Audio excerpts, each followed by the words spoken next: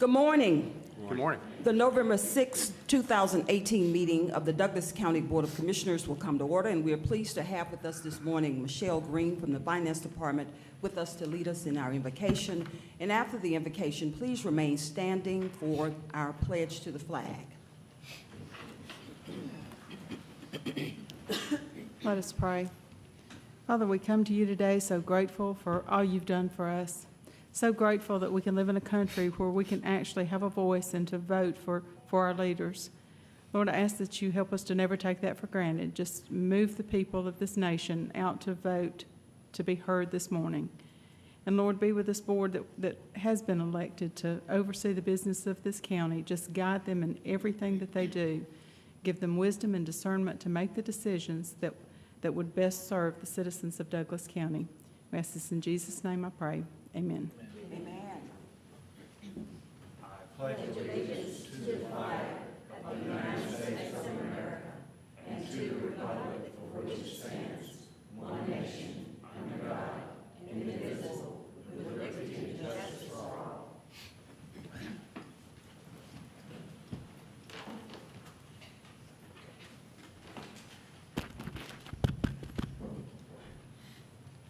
Thank you, Michelle Green, for being here with us this morning and leading us in our invocation.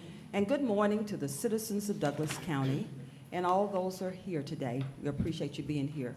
We value your voice and appreciate your participation in county government. Public comment, I believe, Clerk, you said I have one person who signed up, and that person is Professor Tomasky. And I will ask Mr. Tomasky if you come forth. Please be advised the Board of Commissioners respect your right to address this government, and you will be allotted 3 minutes to speak, and your comments today must be germane to the agenda. When you hear the buzzer, that is an indication your time has expired, and I ask if you could just wrap up your closing remarks. Please state your name and give us your address for the record. John Tomasky, 6000 Stewart Parkway, Douglasville. Good morning, Madam Chairman, Dr. Jones, other board members, and all present. I'm speaking on items number 7 and 10, I mean 7 and 13, and I think we need more than a week of number 5, but on number 7, the transportation grant. For most of the last 2 years, that's an item that has dominated the agenda in terms of time devoted to it in various ways, including news media. However, transportation is a normal public service. I don't think that's something that's at issue, but the devil gets in the details, and I suppose that's what generated so much attention.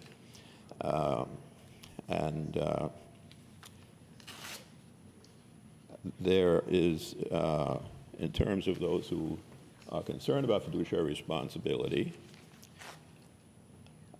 there's a much greater issue that has gotten a lot less attention. But to move along with the time to number 13, the Southern Conservation Trust, to some extent, has also not been getting too much attention. However, Mr. Tomasky, I don't want to interrupt you, but we have an echo coming from our sound system. If we could have our communications department check it for us. I'm sorry, we have an echo. Keep going. okay. So. The Conservation Trust, it controls property in Coursey Lake, and it's active now in other areas, particularly down lower part of Yeager Road. A couple of property owners there have mentioned to me that they were frustrated in selling their property because of inappropriate and in fact false statements made to potential sellers by an agent of the Southern Conservation Trust. And in fact, there is one letter that that agent sent to Ronald Roberts, in which she specifically asked him to delete the email. And since I'm aware of this email, obviously Mr. Roberts chose not to do that. But that sort of instruction being given and in writing to a government official makes me suspect that the Southern Conservation Trust is not to be trusted, and that they, in having acted in that way, feel that they're bulletproof. So I'm just advising the board that that is a document that exists, and to act appropriately, as I'm sure you want to do. Thank you. If there are any questions or comments from the board and the chair allows it, I would be happy to respond. We don't have any questions, Mr. Tomasky. Thank you, ma'am. In this setting, but I appreciate your participation in county government and your contribution, and we will take this matter under advisement. Yes, ma'am. Thank you I can so refer much. to that document if you like. Okay, thank you so much.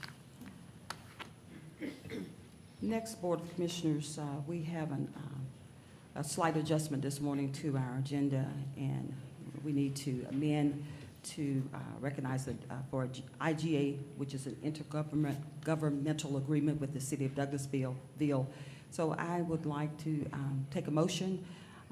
Board of Commissioners, I need a motion, or we need a motion to amend the agenda for IGA.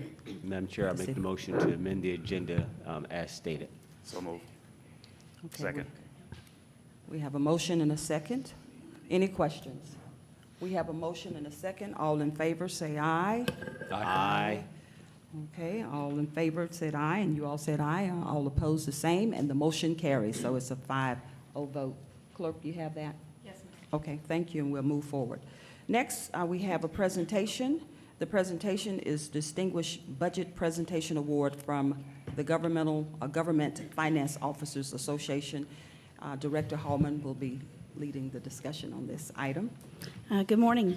Good morning. I wanted to just announce that through the Government Finance Officers Association, which is the National Association for County and City Governments, that Douglas County has received for the 20th year in a row the Distinguished Budget Presentation Award. This award represents a significant achievement by Douglas County. It reflects the commitment of the governing body and staff to meeting the highest principles of governmental budgeting. In order to receive the award, the entity or Douglas County had to satisfy nationally recognized guidelines for effective budget presentation. These guidelines are designed to assess how well an entity's budget serves as a policy document, a financial plan, an operations guide, and a communication device. Budget documents must be rated proficient in all 4 categories and in the 14 mandatory criteria within those categories to receive this award. And as I've stated, this is the 20th year that we've received this award, and I'd like to thank the Board of Commissioners for your support in allowing us to have the resources that we need. The County Administrator Mark Teal, as well as all the departments, play a role in this, because even those annoying emails that we send out to departments asking them for their goals and their workload indicators and all the information, all of that goes into this document. So it takes all of us to create this document. But last, but certainly not least, I like to thank my staff. I believe I have the best finance staff there is. They make me look very good. I don't know what I would do without them, and they're here today, and they each play a role in this document, as well as just in general in the government operations of Douglas County, and I'm very proud of them as well. Wow. Could I have your staff stand, please? Your staff, the finance team stand.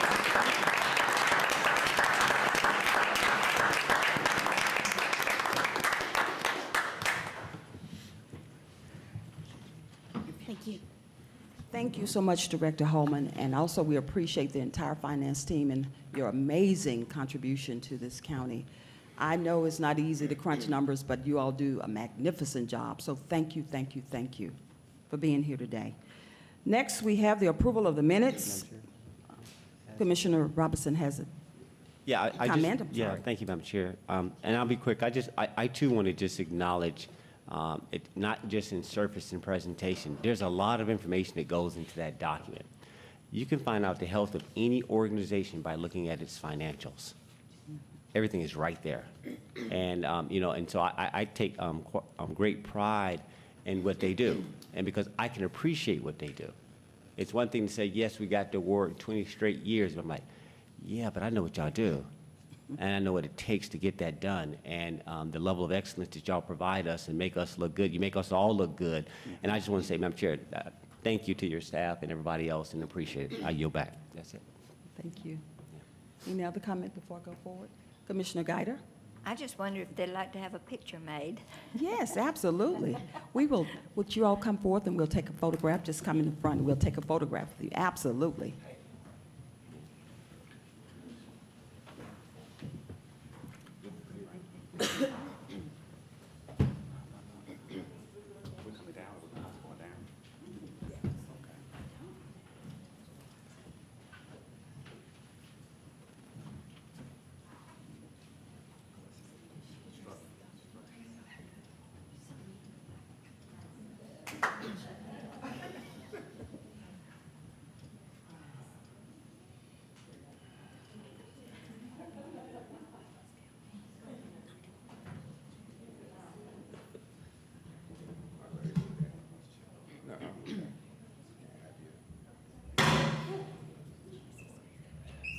Good morning, everyone.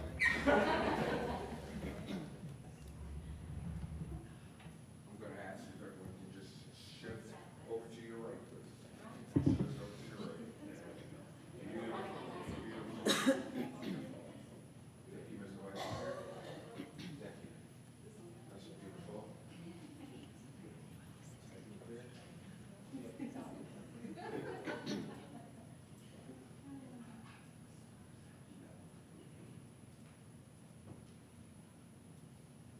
Gary?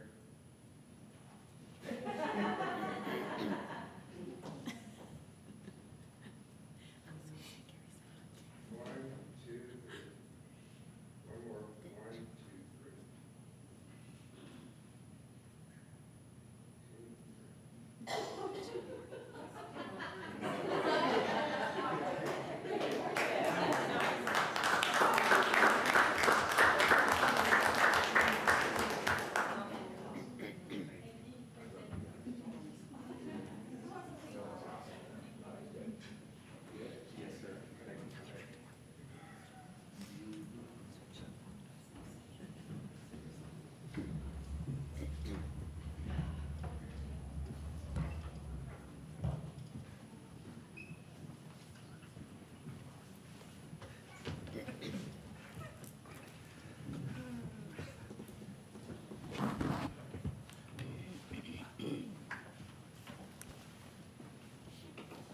Again, thank you so much, Director Holman, for that wonderful presentation and also and your phenomenal team today.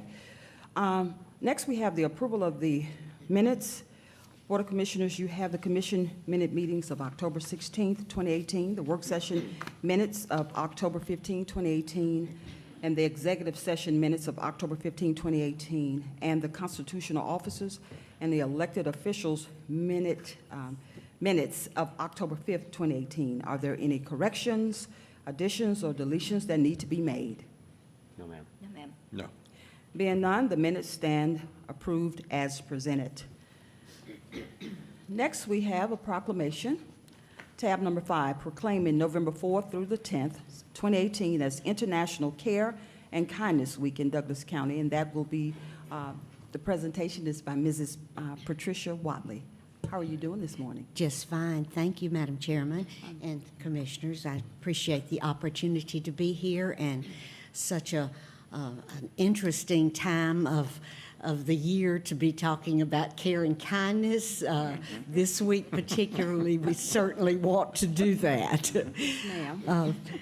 I appreciate you signing this proclamation, and I will read it so that everyone will have an opportunity to know what this is all about. This is the proclamation for from the Douglas County Board of Commissioners for International Care and Kindness Week. Whereas Pilot International was founded in Macon, Georgia in 1921, and whereas this nonprofit community service organization's mission is to serve Pilot International's humanitarian efforts through charitable, educational, and research programs in communities throughout the world, and whereas Pilot's motto is do more, care more, be more, and strive to serve communities by reaching out to those in need. And whereas Pilot International is made up of a diverse group of people who celebrate family caregivers, encourage families and friends to spend time together without cell phones, and cheer teachers and mentors on through their notes and drawings from children, thanking them for their caring kindness. And whereas Pilot International has been true to the mission to serve communities throughout the world for nearly 100 years and has served Douglas County since April 23rd, 2008.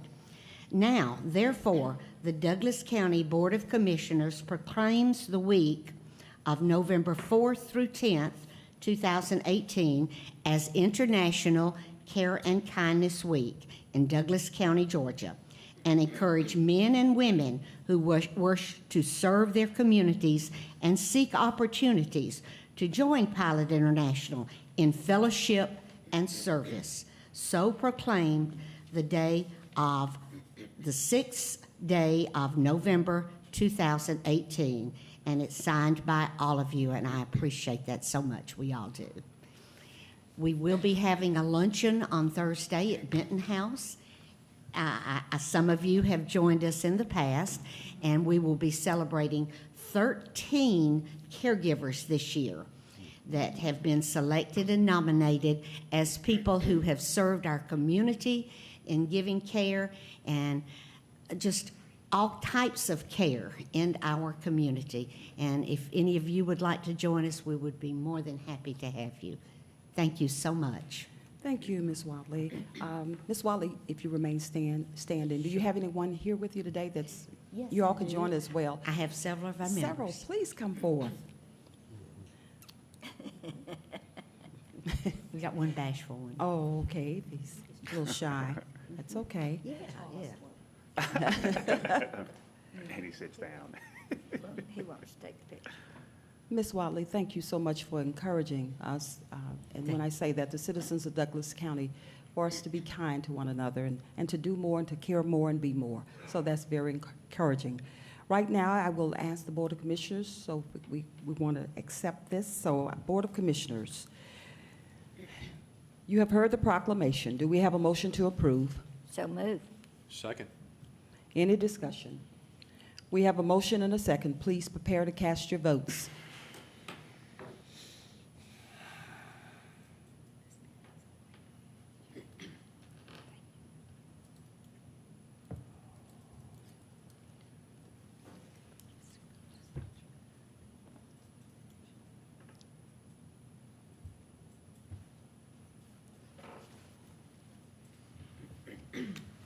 We have a 5-0 unanimous vote, and the motion carries. Congratulations.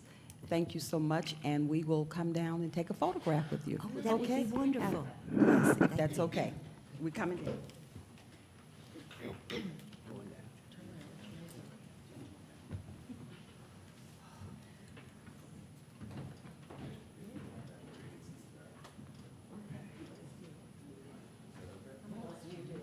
Yeah, I looked at it and I said, Sure. I'm gonna let him vote, Sure. not me. I'll move it out the way.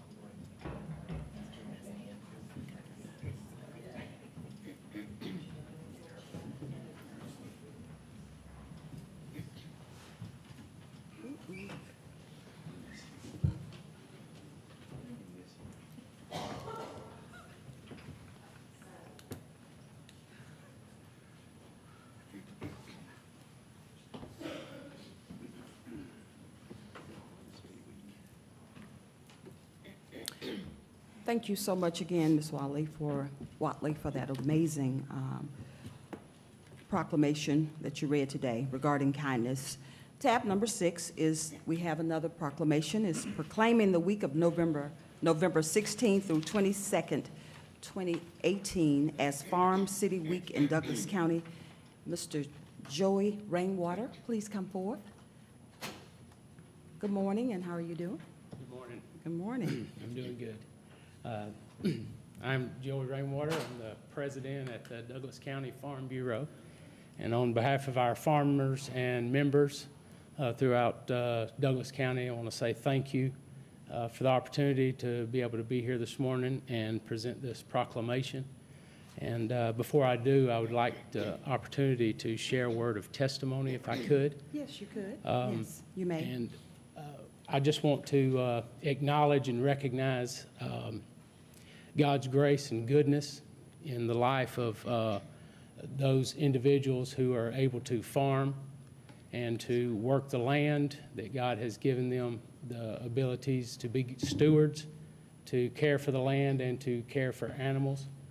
And then to also recognize His goodness and grace to individuals with various abilities and strengths of various kinds that range from farm workers to truck drivers to factory workers, those working in the restaurants, serving tables, stocking shelves at the grocery store, and then also God's goodness and His grace in the lives of business owners that have the ability with their minds to organize and to run a business successfully and prosperous in our county. And then also God's goodness and His grace in the lives of our elected officials for the power that He endows to you to make wise and good decisions for the further encouragement of prosperity and economic success in our county.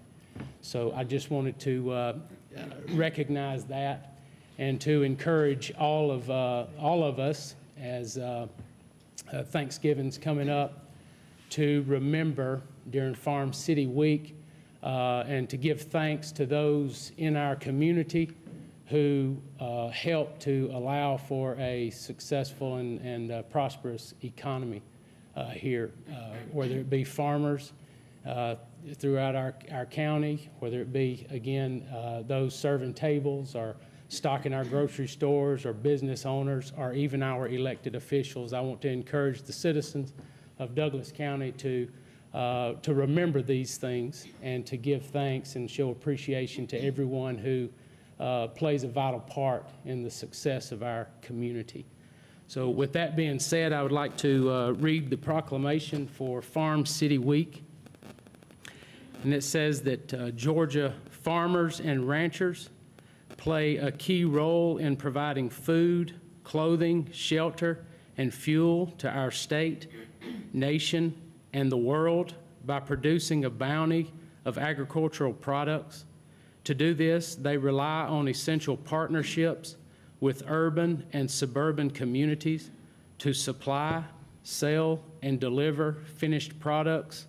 Rural and urban communities working together have made the most of our state's rich agricultural resources as they contribute to the health and well-being of our state, our country, and the strength of our economy.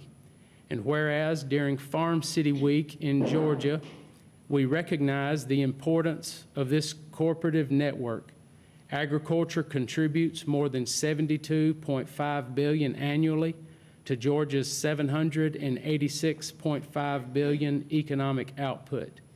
The 2014 total farm gate value of the state was more than $14.7 billion.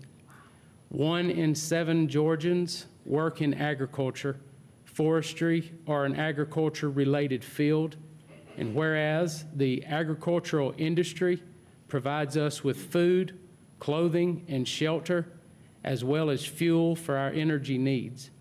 As we welcome new opportunities for trade, the hard work and successful cooperation between farmers and city workers will continue to play a vital role in our state and nation's future.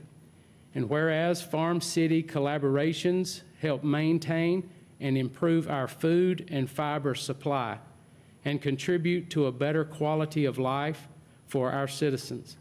We commend the many Americans whose hard work and ingenuity reflect the true spirit of America and to help ensure a prosperous future for all. And whereas this week, as we gather with family and friends around Thanksgiving table, it is fitting that we count among our blessings the vital farm-city partnerships that have done so much to improve the quality of our lives. Now, therefore, we do here proclaim November 16th through the 22nd, 2018, as Farm City Week in Georgia. We call upon citizens in rural and urban areas to acknowledge and celebrate the achievements of all those who, working together, produce and supply our community and nation with an abundance of agricultural products. So proclaim this 6th day of November 2018. Thank you so much, Mr. Rainwater. You said two words that really sparked my attention: goodness and grace. Yes. From God to allow great farmers like yourself to till the soil and to provide nutrition to enhance the health and well-being of Douglas County citizens and citizens in Georgia at large. And you probably cross the lines of Georgia and go all over the United States with some of your products. So thank you so much, and we appreciate you for providing this proclamation. Board of Commissioners, you have heard the proclamation. Do we have a motion to approve? So moved. Second? We have a motion and a second. Any discussion? We have a motion and a second. Please prepare to cast your votes.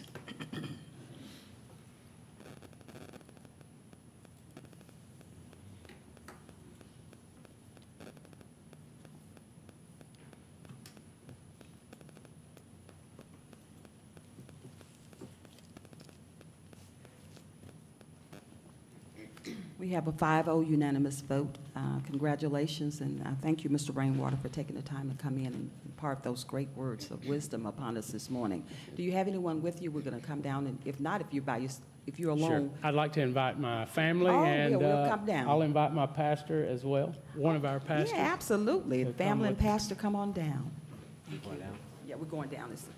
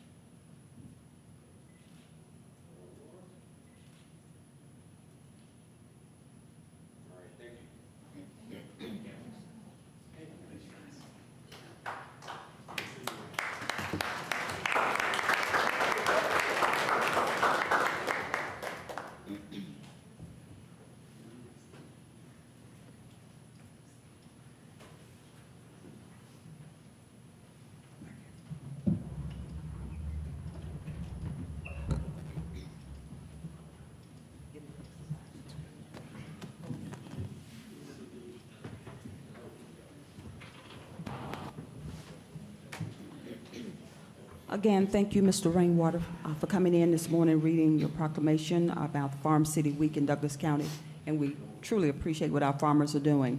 Next, we have a public hearing, tab number 7, public hearing on congestion mitigation and air quality application with the Federal Transit Administration.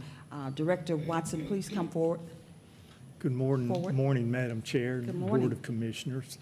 This is our second public hearing that we're holding in conjunction with our CMAQ application.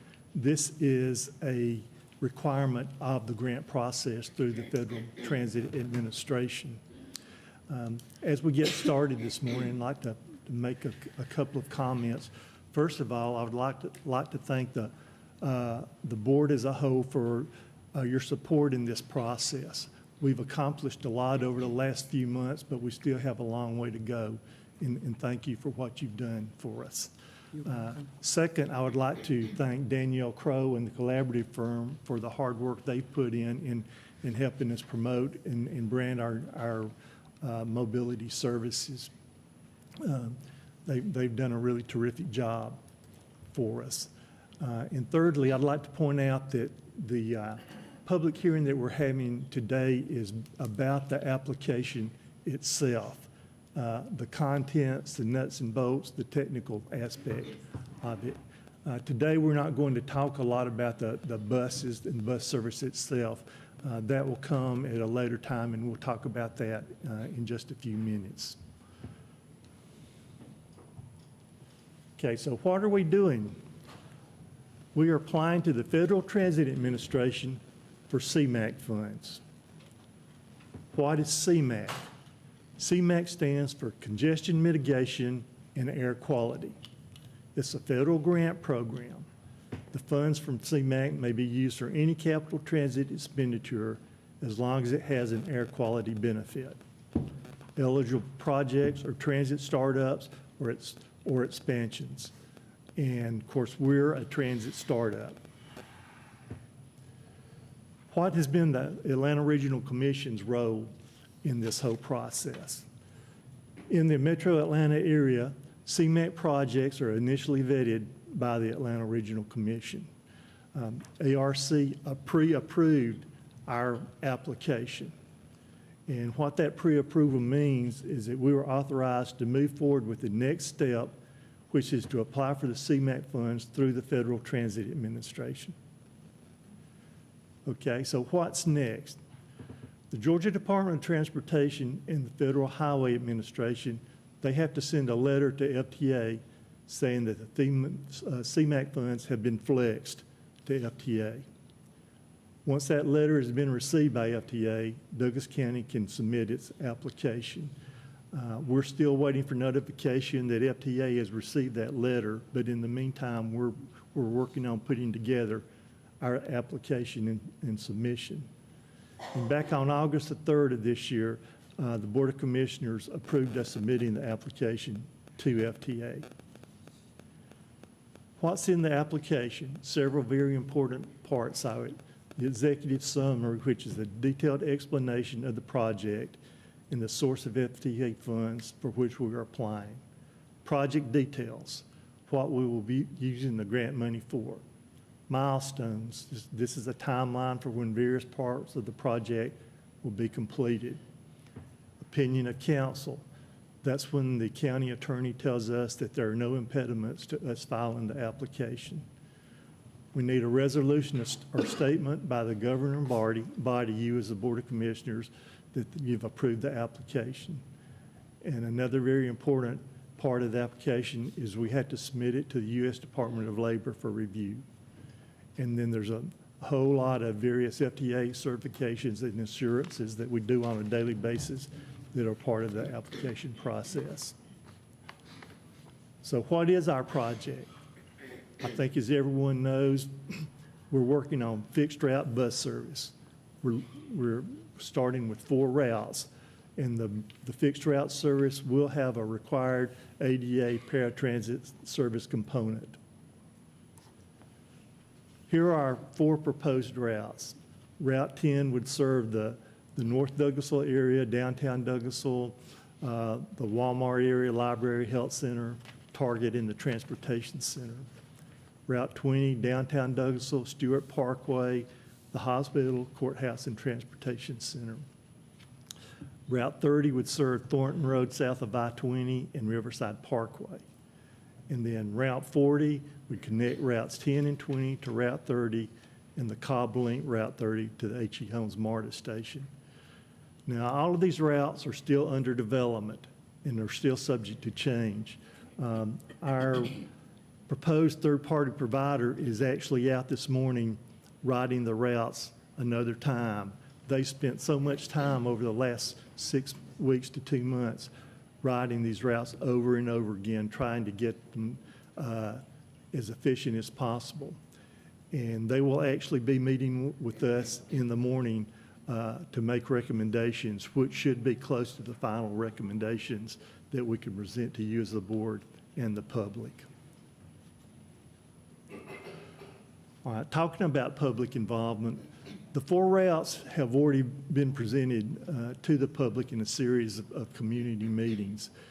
Now, the routes that we have now will be somewhat different than the routes that we previously submitted to the public. The service areas that we have, they're not changing. What we are changing is we're changing one street for another, a right turn, a left turn for a right turn. Maybe we've changed intersections for safety and traffic issues. So we will be presenting routes that are different in some respects, but we have not changed our service areas. We're trying to schedule these community meetings in late November, early December, and we'll have at least 4 of them, maybe more. What is our budget for this project? $6 million for the first 3 years. We're asking for $4.8 million in federal money through the CMAQ application process, and that will require a $1.2 million local match. And this will be for operating funds for the bus service. We have a number of Federal Transit Administration grants that will help us with this process. While the CMAQ grant would be for operating expenses with the bus service, we have other FTA grants that help us with capital projects such as the purchase of buses, vans for a van pool program. We'll be buying bus shelters, trash receptacles, benches, things like that. And with the CMAQ money, the large majority of that will go to pay a third-party provider that will actually operate the bus service for us on a day-to-day basis.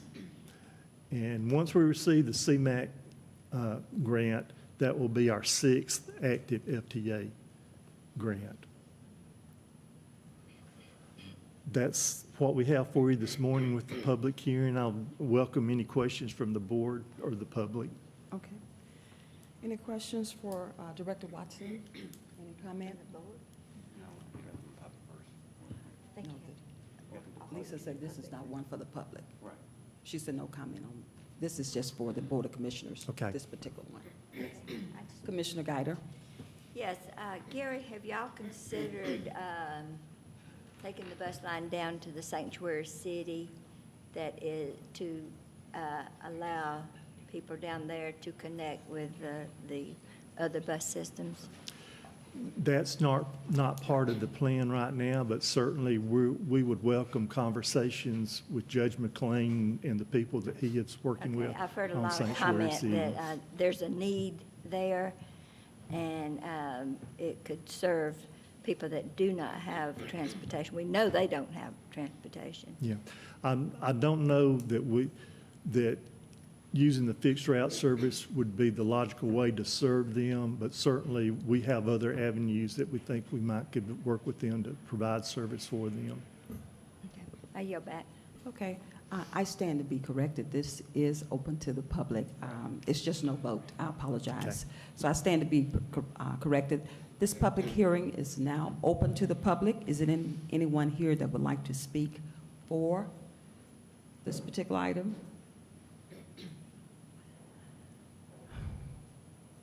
Okay. Is there anyone who would like to speak against this item?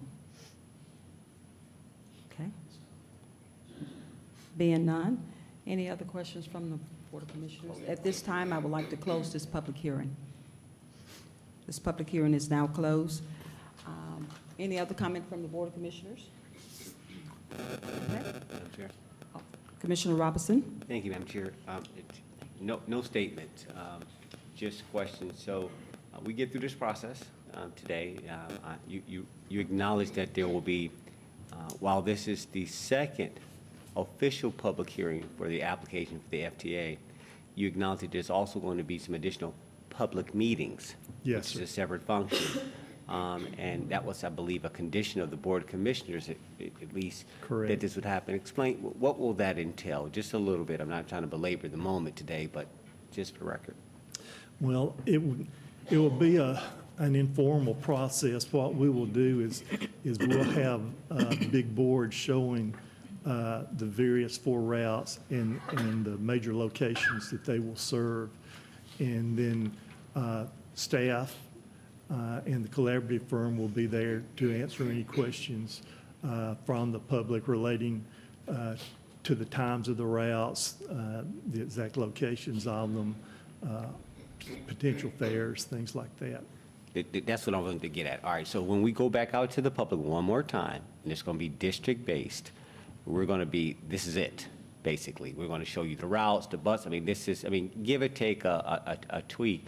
In essence, we're saying this is official. And I just want to make sure as we as district commissioners go back out and we set the public's expectation, the next time that the staff comes before them, that's it. Yes, Is that sir. accurate? Correct. Okay. I yield, Madam Chair. Okay, thank you. Commissioner Mitchell? Yes, thank you, thank you. I'll be brief. So I think Sherry just mentioned to me earlier that we've got a couple of dates that we're trying to set up with these community. So these, as Vice Chair stated, will be community meetings with the general public, getting input, so on and so forth. So can you kind of delve in that just one more time so I can make sure I heard you correctly? Sure. We're asking each of the commissioners to select a day, a time, and location for a community meeting. Got it. And we'll be there at those community meetings with large maps of the routes, showing the major locations that those routes will serve, times of the routes, Okay. potential fares for the routes. Basically, any type of question that the citizens want to ask us about the bus service and the routes, we'll be there to answer. Got it. And one last question. Can you explain the H.E. Holmes piece I saw in there, or is that a part of? Because I thought at one time we were stopping at Thornton, if I'm not corrected, or Yes, help me sir. yeah. We're going to run our Route 40, which we'll call a connector route. Okay. From Douglasville into the Thornton Road area.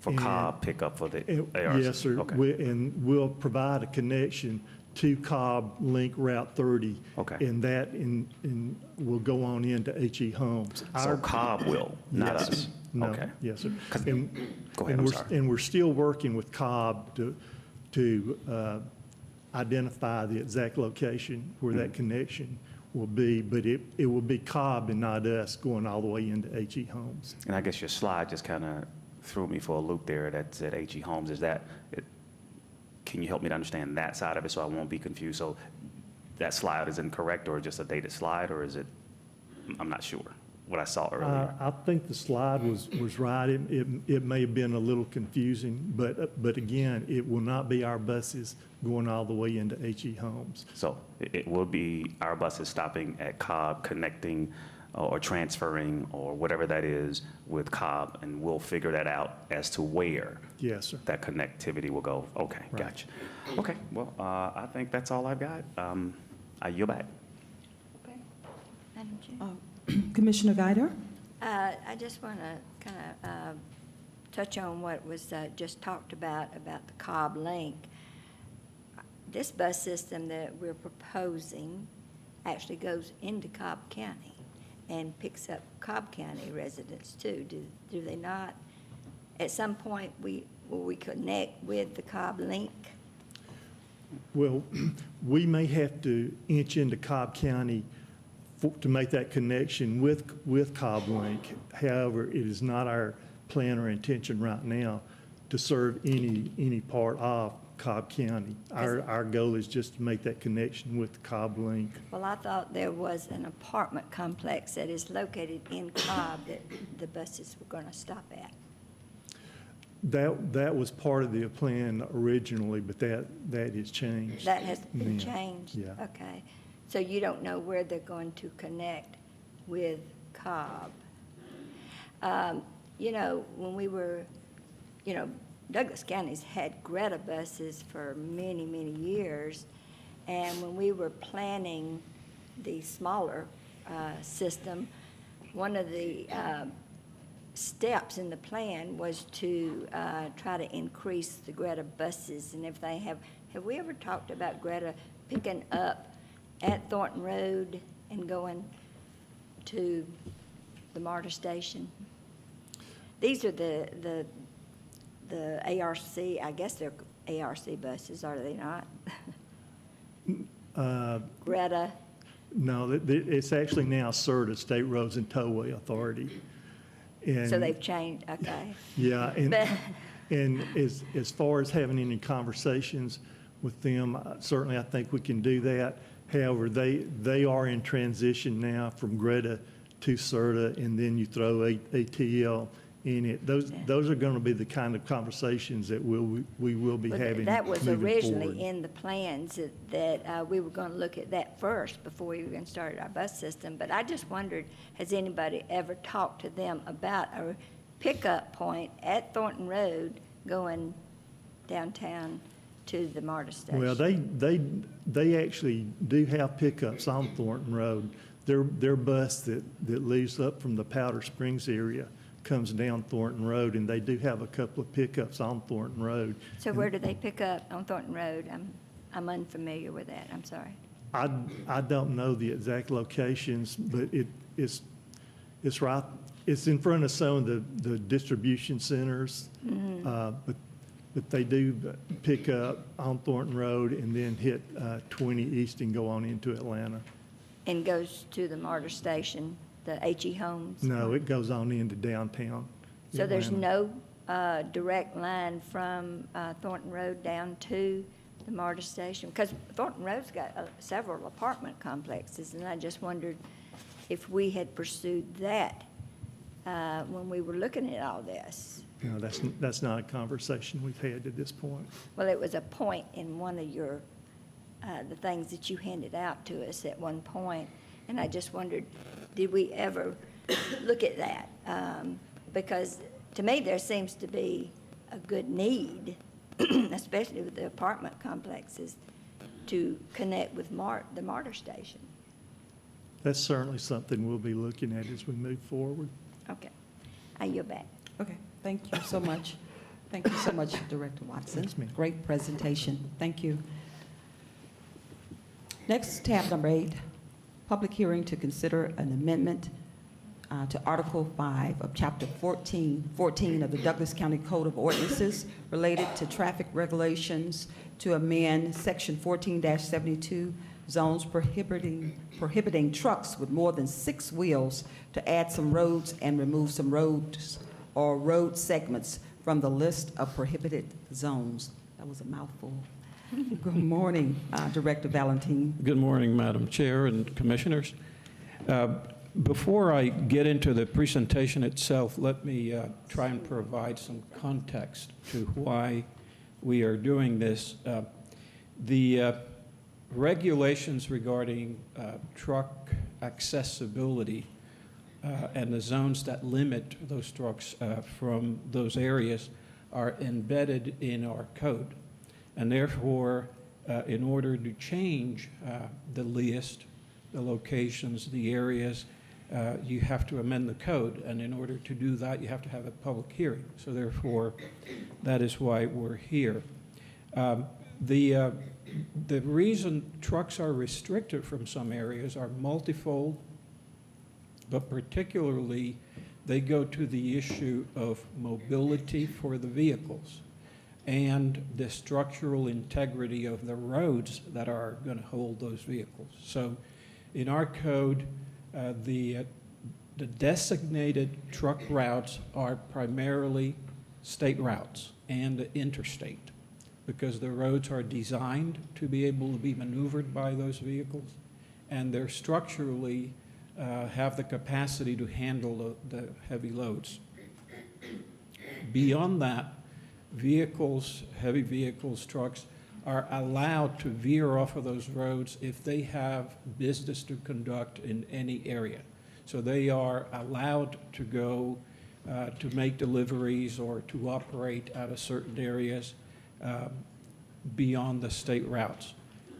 What that does entail, however, is that those routes be able to accommodate their ability to turn at intersections and ability to see and drive safely. Also, that the road is structurally strong enough to handle them. So there are additional routes that are also predominantly able to handle certain truck traffic that beyond those that are designated in the code, and then because those routes are able to handle truck traffic and perhaps they attract some truck traffic to certain areas, there are other roads that are restricted so that we can post signage indicating to those drivers not to enter those roads, not to operate in those roads. And so therefore, this section of the code is where we designate what areas, what roads those trucks are able to operate out of or through.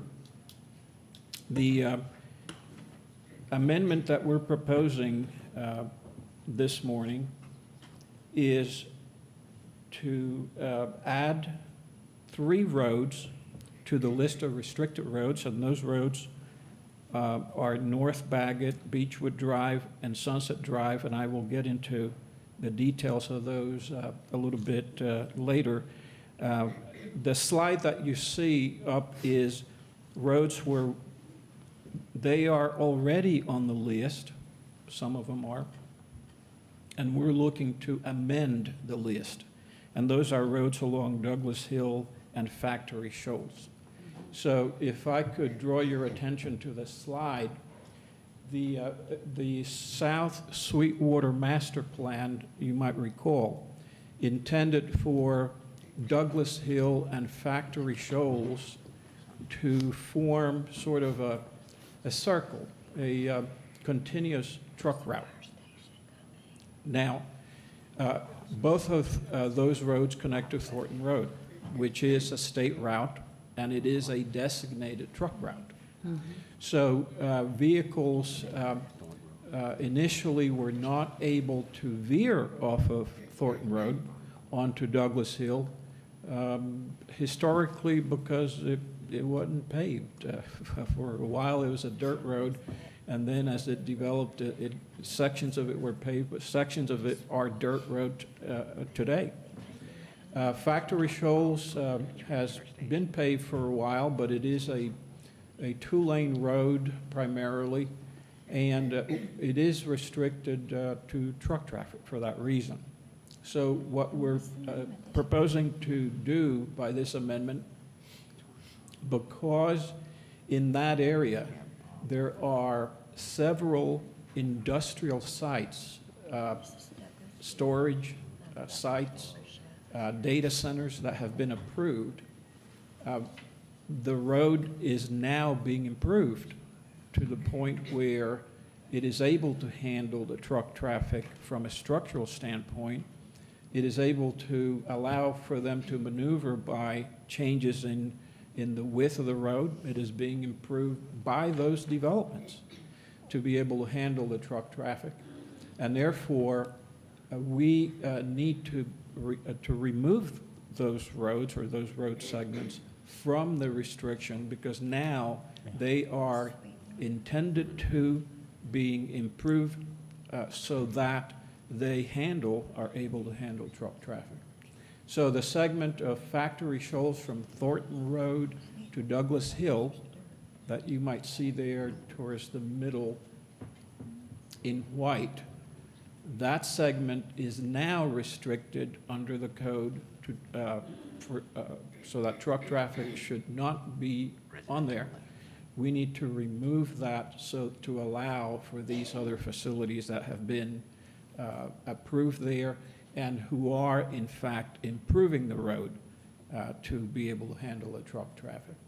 Similarly, all of Douglas Hill has been restricted to truck traffic, and now there are several facilities that have been approved, some of which are under construction, some of which are in place already, that need to utilize that road, and because of the improvement to the road are now able to utilize it.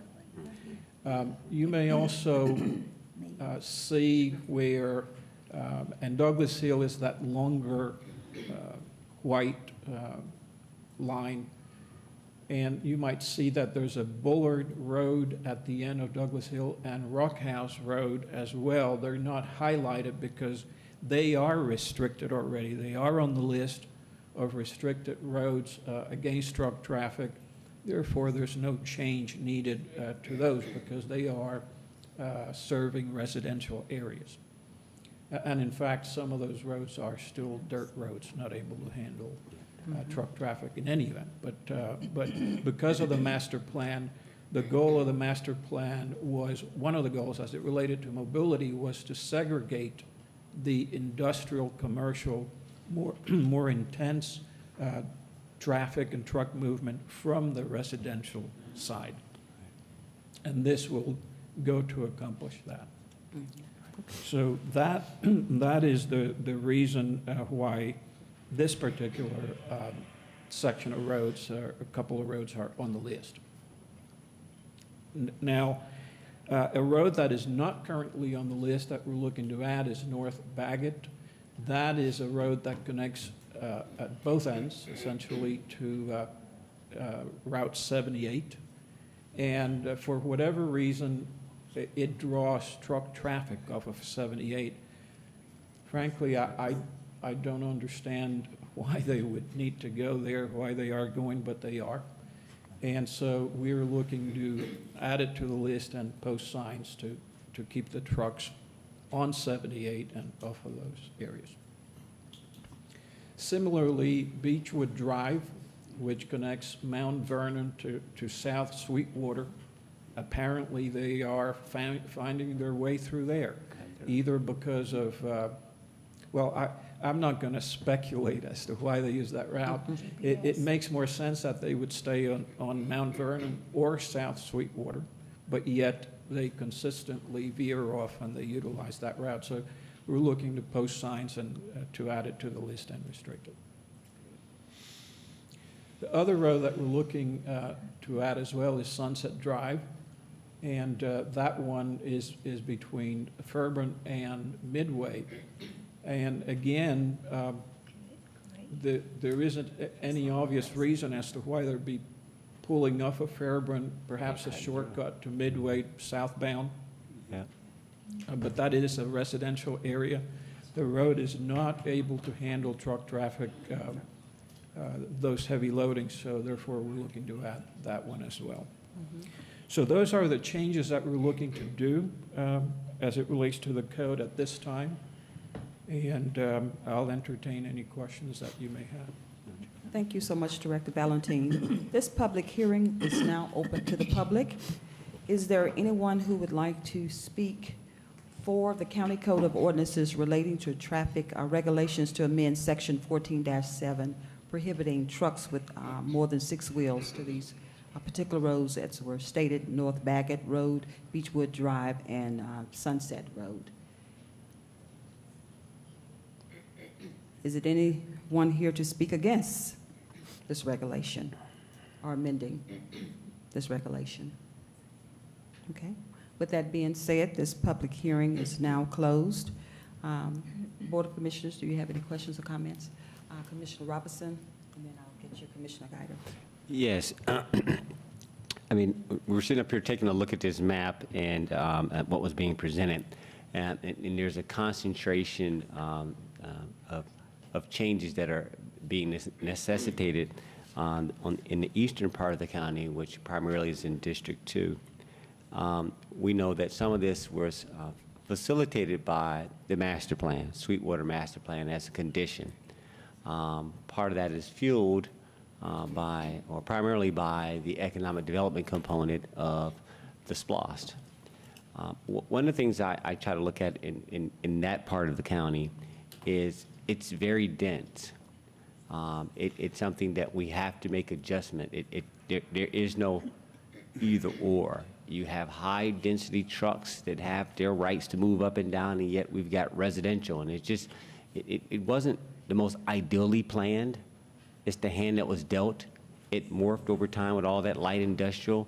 Neither here nor there, but it's one of those, we're trying to fix this. So, Miguel, I appreciate your thoughtfulness in how to, and your wisdom on sort of how to separate the two according to the plan. But more importantly, as I look at this, I'm like, okay, it's two things: enforceability, right? Because some of this is we get calls from residents, and while they don't mind that industry being there, they don't mind that District 2 provides a significant contribution to the overall digest. They're like, okay, but can we separate the two? Can we, back to the sidewalks and things that allows us to separate? I mean, it's nothing like, I won't say it's urban, but it's dense.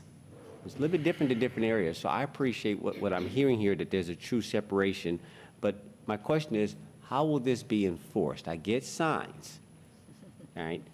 But I'm just going to leave it at that. You don't have to force an answer, but obviously enforceability is the key thing. We're making the changes, but yet if the behavior, if there's no punishment, no penalty, no calling the task, how are we working with perhaps other areas to enforce this, or is there a request coming forth through the administration to fund enforceability? I'll leave it at that. Well, I'll try to answer to the extent that I may have some jurisdiction. I'll leave the enforcement component to others. However, by posting the signs, the Sheriff's Department could enforce that restriction. It would entail somebody looking at what's happening and witnessing it and being able to ascertain that, in fact, it is a violation. There is an overarching component that trucks are allowed to operate anywhere that they have business to do locally, provided that they can make the movements, the turning movements safely to get there. But we cannot restrict them from being on that road if they have business on that road. So there would have to be some determination that they're using it as a cut-through to get somewhere else, and therefore that is a violation. But it would take someone being able to determine that a truck has more than 6 wheels. And that's fairly easy enough to ascertain.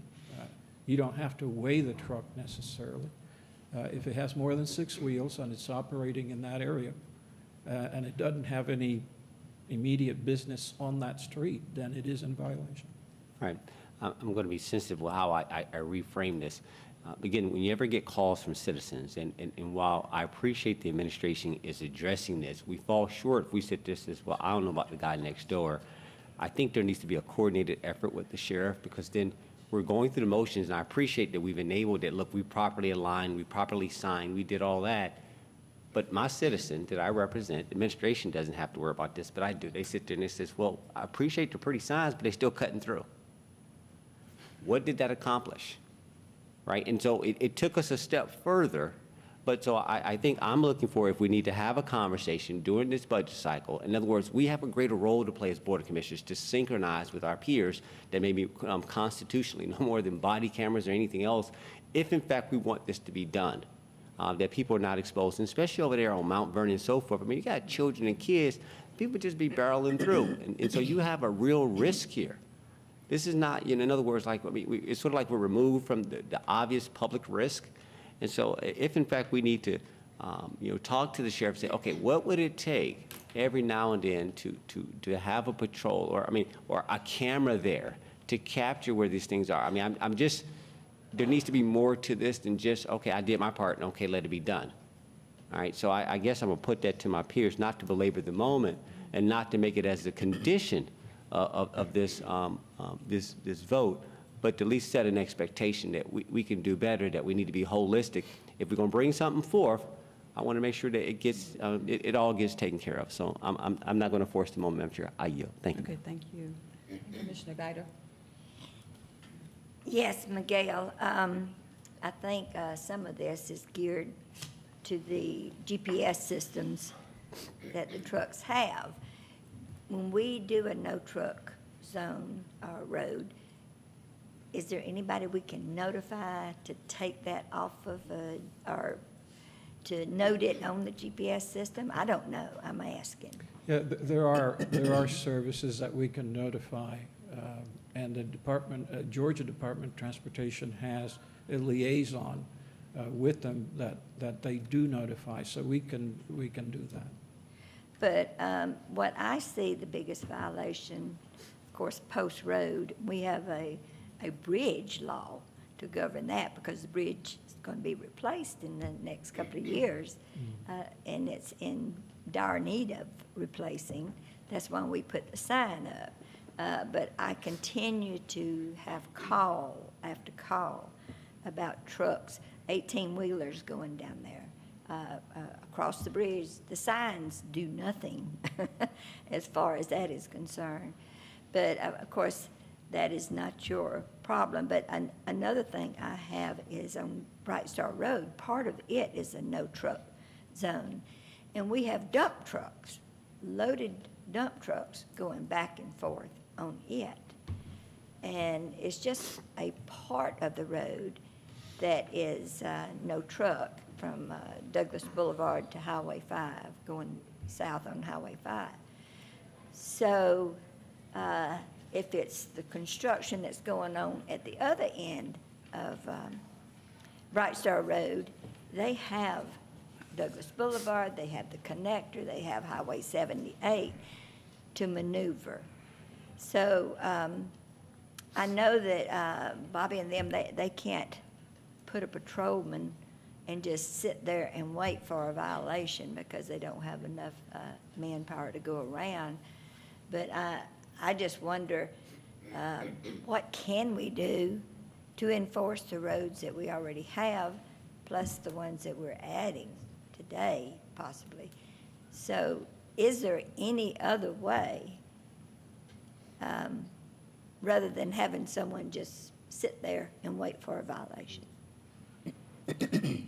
Unfortunately, Commissioner, there is no other way that I'm aware of that, other than setting up cameras and potentially taking pictures similar to what you would do at an intersection. But essentially, once the regulatory component is in place, beyond that, certainly we have to have the signs out indicating the restriction, but it does become an enforcement component. And I just wonder, the use of cameras, are they, will they stand up in court? So I'm gonna ask Major Bobby. Madam Commissioner, no, cameras don't. We have to be able to witness the violation. We can't just go off of cameras, and that's a problem. I understand the plight that we have. I think the first step is these signs. We get these signs in, that's going to deter some of it, not all of it. You're going to still have a problem. The sheriff's office, we get the calls just like y'all do, and we dispatch somebody out, and we try to locate and try to find them. Sometimes we do. Sometimes we just up on people that are in these violations, like on South Flat Rock and places like that.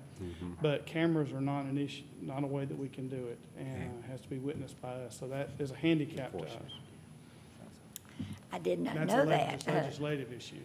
Because if a camera can make, allow for tickets to be given at red lights, it seems like they would be allowed for violation of road Like I said, that's a zones. legislative thing, so. But, Maybe we it would need to help. change the legislation. Well, if you had the ability to do that, then you would have the issue of, did they have a right to be there versus they were just passing through, but at least you'd have a camera that captured something. But, yeah, that's something that is out of our hands right now. Well, some of the roads that we've talked about are strictly residential. There's no businesses there. Or maybe one or two small businesses. So that argument can be argued in court, but maybe we need to talk to our legislators and see if we can capture it on camera, and we can read the tag number or the sign on the side of the truck, if we can cite them in some way. The word will get around if some citations are given, I assure you, with the truckers. But we do have that problem, and I fear that it's going to multiply when the dredging of the Savannah Port is complete, because we will have even more trucks coming through.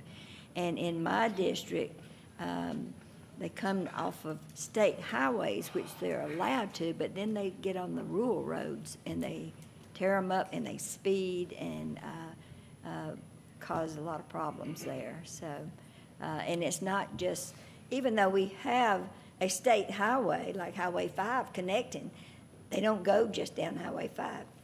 They go down Post Road, Pool Road, places like that where it's nothing but residential. And so I know we have a problem, and I'll talk to the legislators, I'm see sure what we can. we're not the only one. I'm sure everybody's having that problem, and that might be a good push from a legislative standpoint. Especially with the port being dredged out. All right, I yield back. Commissioner Mitchell? Yes, and Bobby, could you stay a little close? I'm sorry. Because I just want to add, though, I mean, the enforcement side of it is always the uniqueness about this whole makeup. I know me and the lieutenant was out and about on Beechwood and having the same kind of conversation about truck traffic and speeding and so on and so forth. But I think the first step is the signage. I think the first step is, because we talked about speed humps. We talked about some other type of signage that I shared with that community on Beechwood that would cost somewhere, I want to say roughly about $3,000 to get this sign up. That will tell you how fast you're going and what that looks like. But yes, the enforcement side of it, you're right. It's going to take, from my understanding, you guys to be there to catch it, to clock it. But now with this signage and with this no traffic and so on and so forth, now you guys can shoot radar, am I correct? Or you guys can, I guess, cite these guys for doing what they shouldn't be doing. Is that part of this, Miguel, and putting these signs and now making this a no truck through traffic and so forth? Now we're able to do that as such. That way, right now, they don't have much. For instance, they can't shoot radar on Beechwood, I think it is, from my understanding. Come on up. You join in on conversation. This is pretty good. Because we had this, he and I have been out on many occasions at Beechwood, and we've had some nice conversations about this and trying to rectify the situation. But go right ahead. Please state your name for the record. I'm Lieutenant John Jewell, the Thank Sheriff's you. Officer. Yes. I'm actually over our traffic unit and patrol division. The roads that y'all have, we get as many calls as y'all do, like the Yes. Major said. Beechwood is not approved to Okay. operate speed detection devices. Got it. But Bruce Mercer, your colleague, I believe, y'all will be getting an amendment here shortly to add some more roads to our speed detection. Beautiful. Devices where we can operate speed radar. detection on Yes. roads, different roads in the county. Beechwood is not, but I think it's been added. Come on, we gotta get there if it- now. If it gets approved. With the signs going up, like he says, it gives us the ability then to stop the truck and say, you're not supposed to be on this road. Okay. It's marked, and it allows us to take enforcement action. But with it not being marked and not being approved, Right. we cannot enforce that, okay? The Waze program, the GPSs that you were talking about, yes, there is a way that we can contact them, or the Douglas County DOT can, and tell them that's a no truck route. Right. So when the driver puts in his route, Beechwood or Sunset or Post. Baggett and all that will not come up. The deal we're having with Post Road, you can drive an 18-wheeler down Post Road all day long. You just can't cross that bridge. There's a weight limit on the bridge. But they're doing that. But they're crossing it, and we are enforcing that. We're out there as much as we can on Post Road. We get a lot of calls down there too. But with the signage going up, it gives us the ability to take enforcement action. Good. And with it, it's we can enforce the no trucks over 6 wheels on this Understood, road. understood. And let's also be honest about, for instance, I travel a lot, or have people travel a lot, where you may have a moving company Yes. that has no business outside of bringing somebody's property to their home, that will be able to come. We Okay. would, if we stopped a truck over 6 wheels on one of the streets in Douglas County that's not approved, I mean, Correct. that they can't be on. Right, They, believe me, they're professional drivers. They know what they can and can't do. correct. They will tell us we got a delivery to make. And any driver that has a delivery is gonna have what? Paperwork, where Yes. he's going, where Correct. he's delivering to. And if he has all that, we simply say, thank you. Yes. If he Yes. does not have all that, we will Right. take enforcement action. Correct. And then that, he'll have his day in In court court. to, to plead his case. Understood, or her understood. case. But that's the camera deal that the commissioner was talking about. It's like the school bus cameras, and y'all was talking about the red light cameras. All those are handled by a third party. What we do at the sheriff's office with the cameras on the school buses, this is a company out of Arizona. We look at the violation that they send us, and it already has the tag numbers of the cars, the addresses, everything. You can come up to the sheriff's office, we can show you how it works.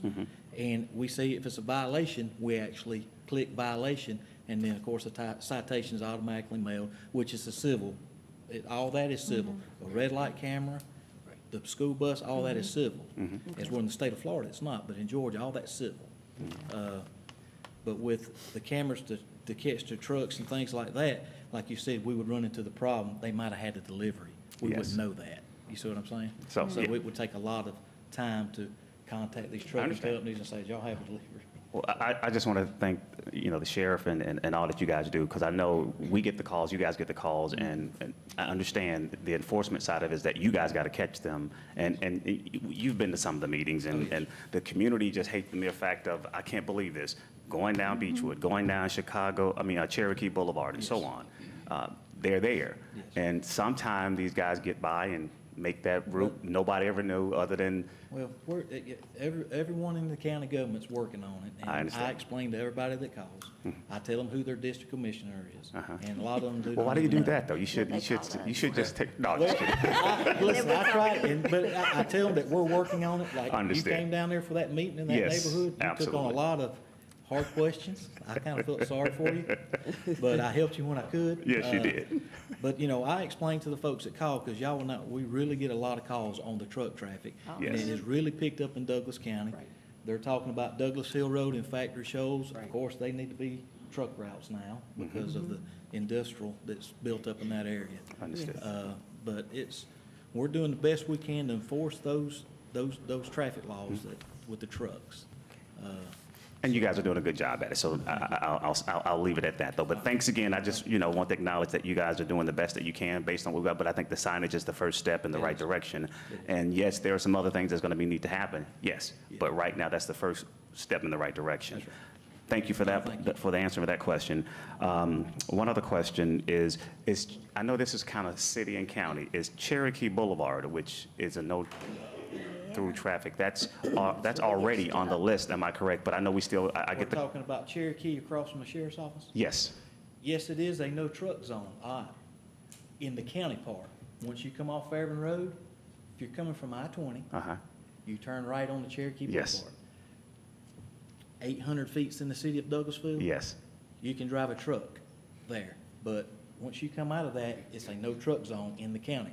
But you got that industrial section right there that's in the city. yes. So the trucks can actually turn on to Cherokee Boulevard And and turn then off take to- the right, yes, access road that runs yes. along I-20 where Yes. the hotels are. But once you pass that, I can't think of that plaza, I can't think of the name of the road right I know there. what you're talking about, I know exactly. But when you pass that, yes, Westmoreland.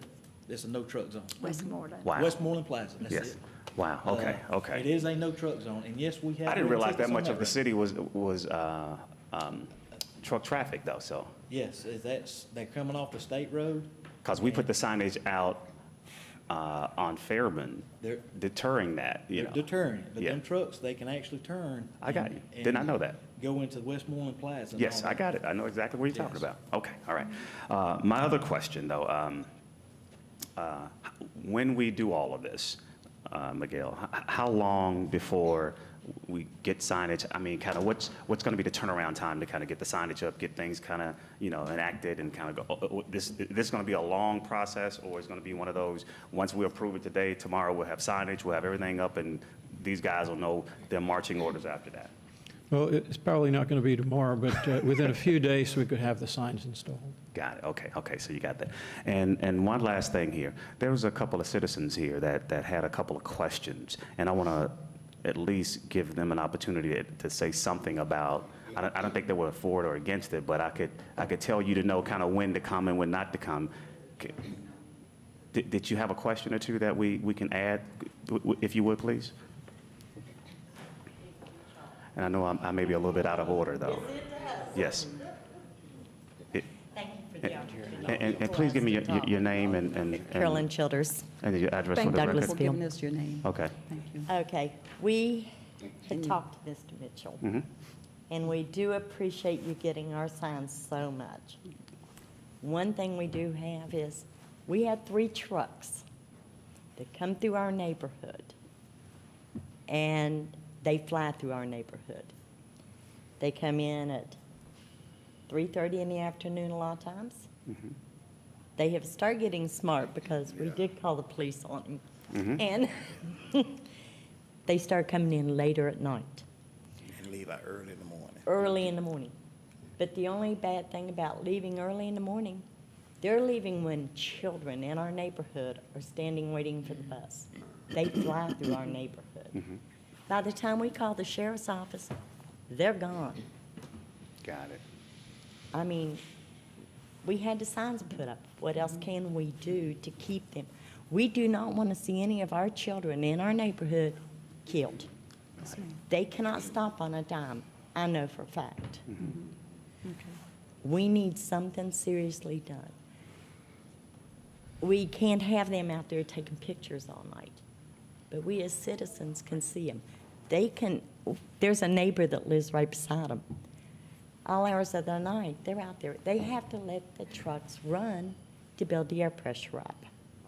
And the only reason I know so much about these is my husband was a driver for years.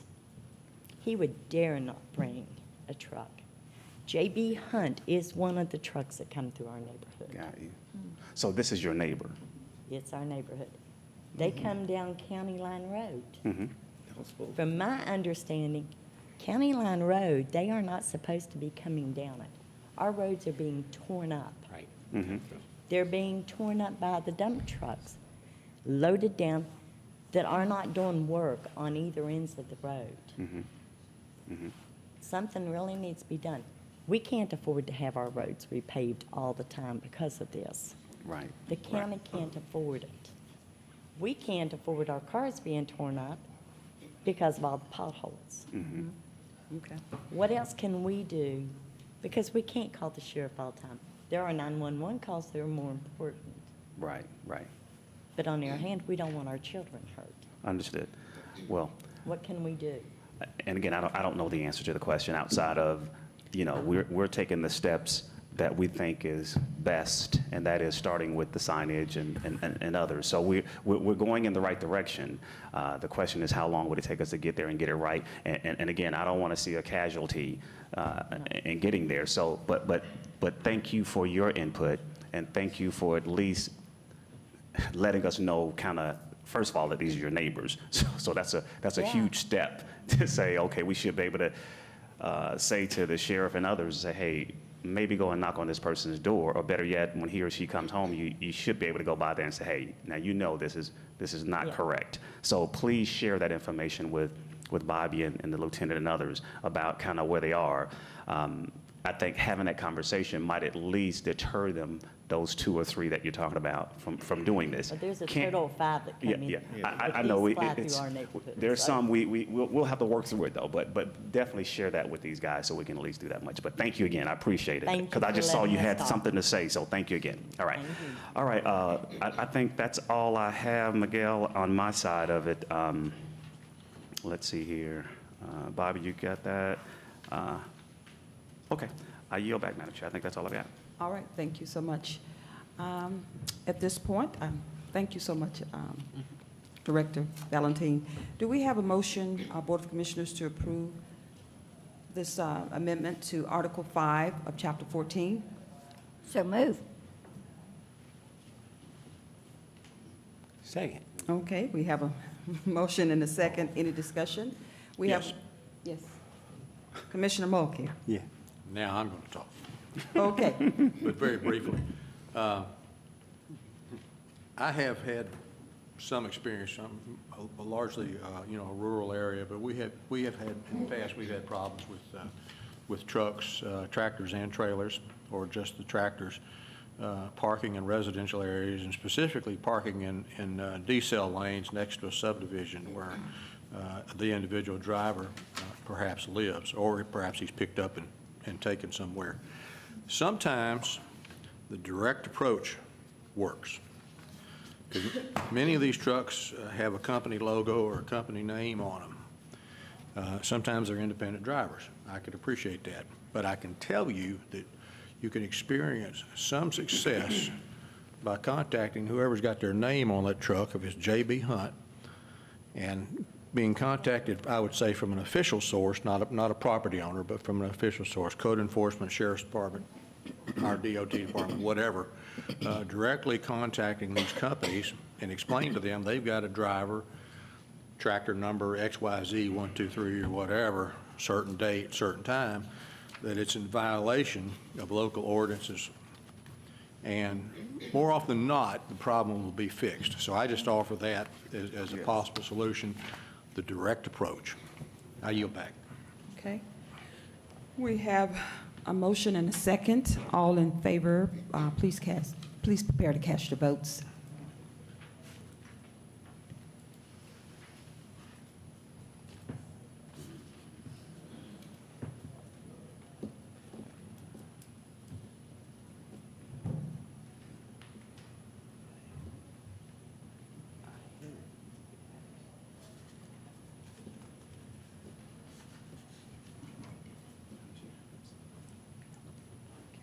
Come on, everybody.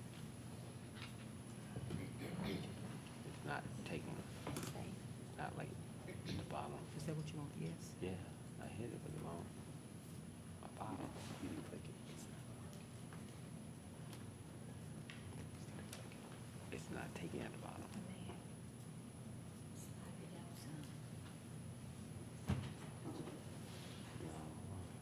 Yeah. There we go. That's okay. Thank you. We just had a little slight technical difficulty.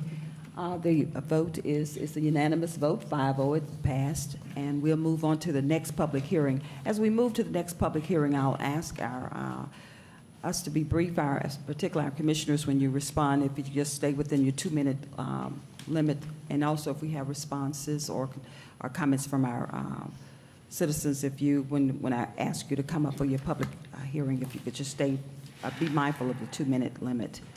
Our next public hearing is public hearing to consider an amendment to Article 5 of Chapter 14 of the Douglas County Code of Ordinances related to traffic regulations to amend Section 1474 speed limits to add to some roads and remove some roads and adjust some road lengths. Director Valentin.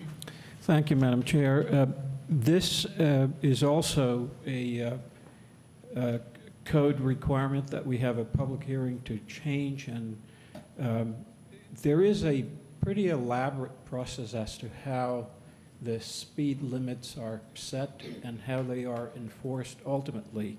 The process requires that the commission adopt the specific route, the specific length, the termini from which road to what road, and the speed limit for that road or road segment, and that be part of the code before the Sheriff's Department can then make application to the Division of Public Safety to get a radar permit to be able to enforce the speed limit. Mm-hmm. So what this is, there are a number of roads.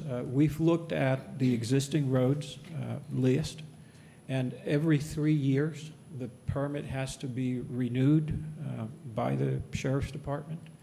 And prior to them being able to make that renewal, there has to be, again, an action by the commission to either certify the roads that do exist or to add or remove routes or to change speed limits.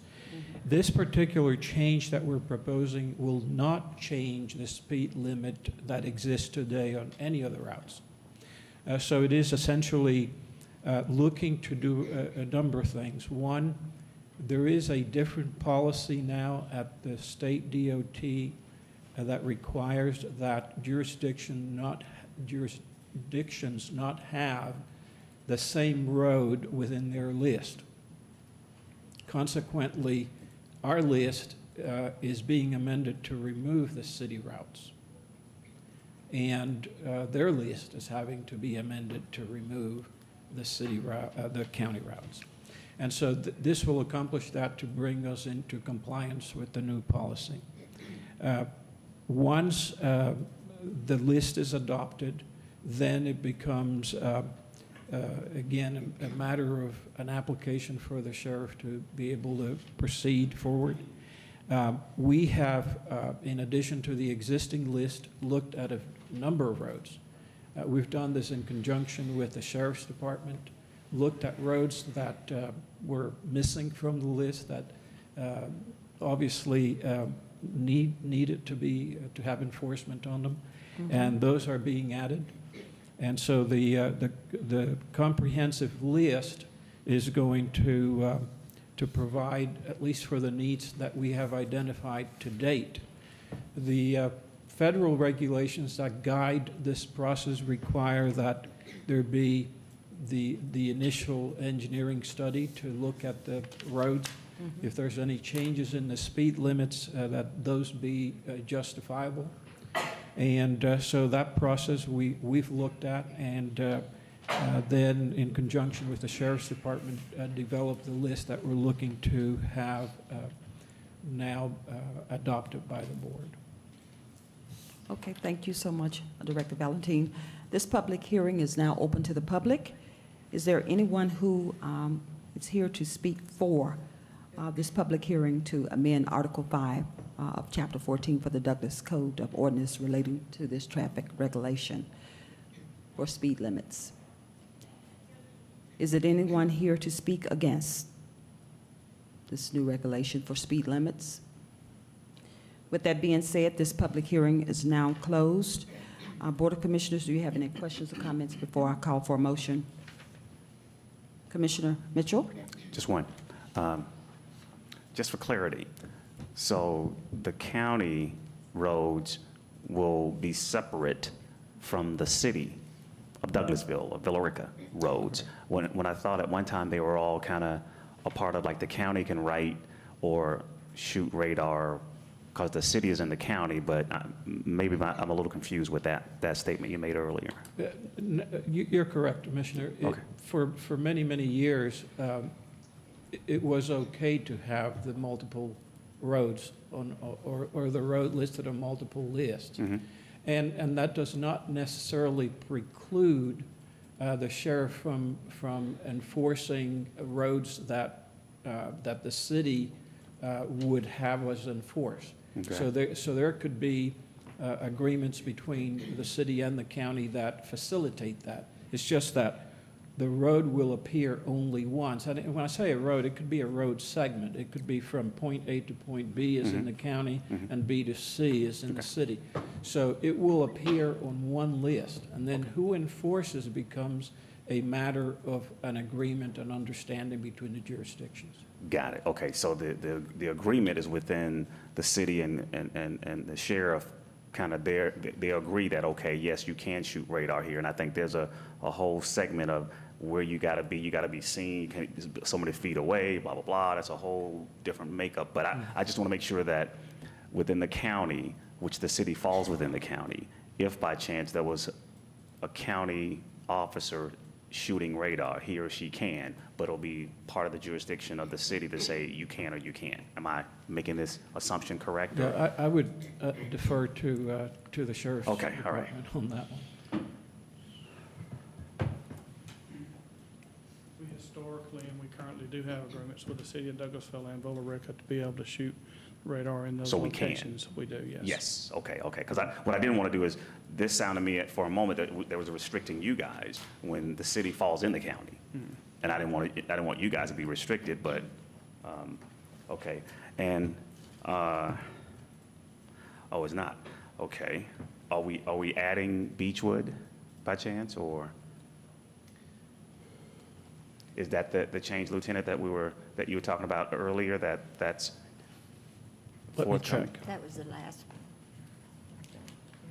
Yeah, the beach was the last one. Revised list that the Douglas County engineers came up with. Okay, okay, And so. the roads added.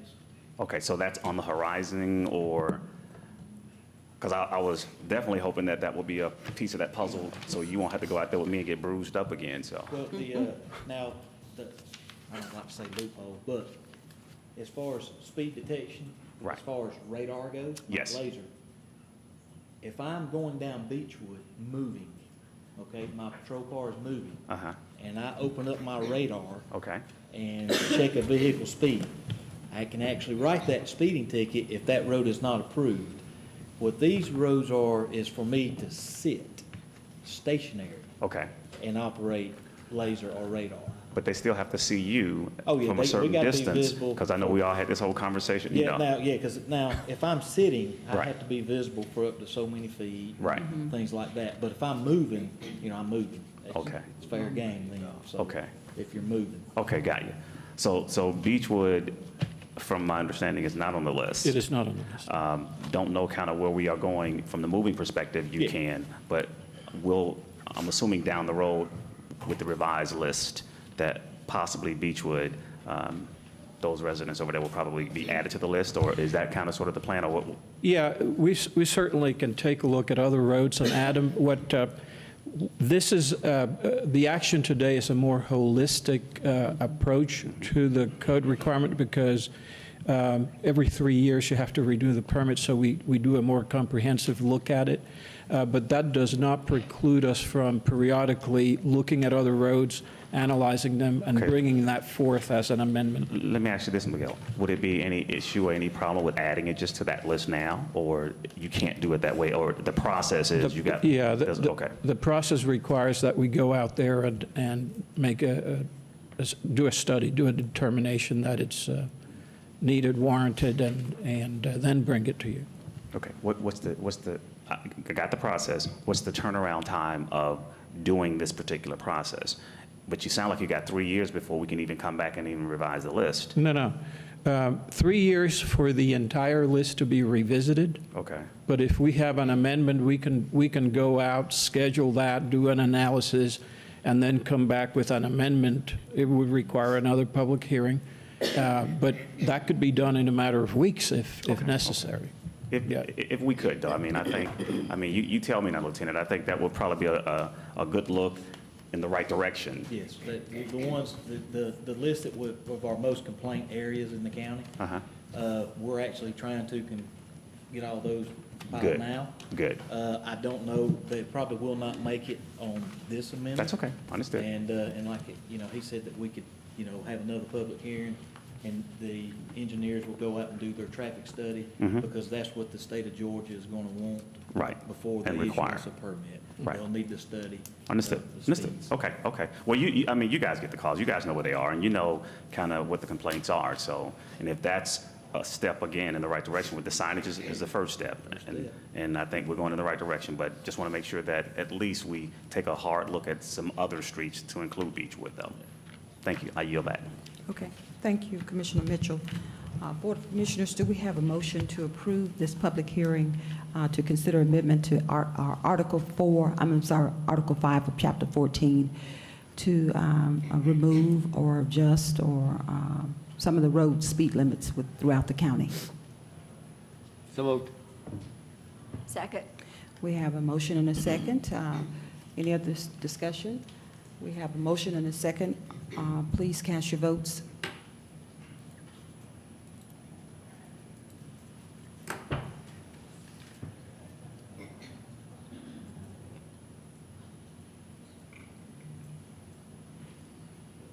Next, we have tab number 10, which is a resolution.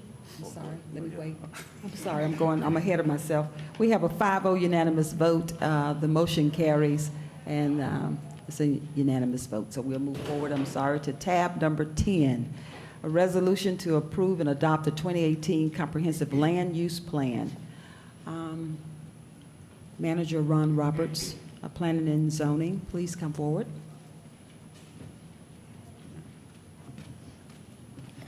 Madam Chair, Commissioners, thank you. The resolution that's before you is to bookend the process that we started back in February.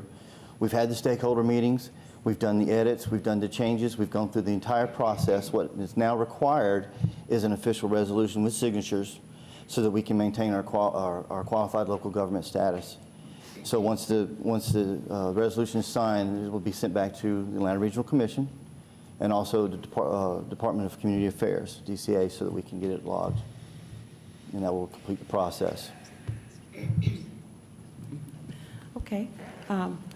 Board of Commissioners, do we have a motion to adopt a resolution to approve and adopt a 2018 Comprehensive Land Use Plan? So moved. Second. We have a motion and a second. Any discussion? Madam? You first. Commissioner Mulcair? Don't go away, Ron. Okay. Sorry. In your opinion, what, if any, were the most significant changes, if any, to the Comprehensive Land Use Plan for 2018? I think that this plan it sets itself aside because it's the first time that we've ever done it. Well, it's the first time in 30 years that the city of Douglasville and the county has done a joint land use plan together. That's significant. That is significant, yes, sir. Also, I would like to state that, you know, during the process, the city has a lot of different plans and activities going, and so does the county. And it was a real opportunity for all of us to get together and bring those plans together into one comprehensive document. And that's that in itself also was exemplary. I think going forward, the elements of that we've identified to do over the next 5 years before the next one is going to be very, very.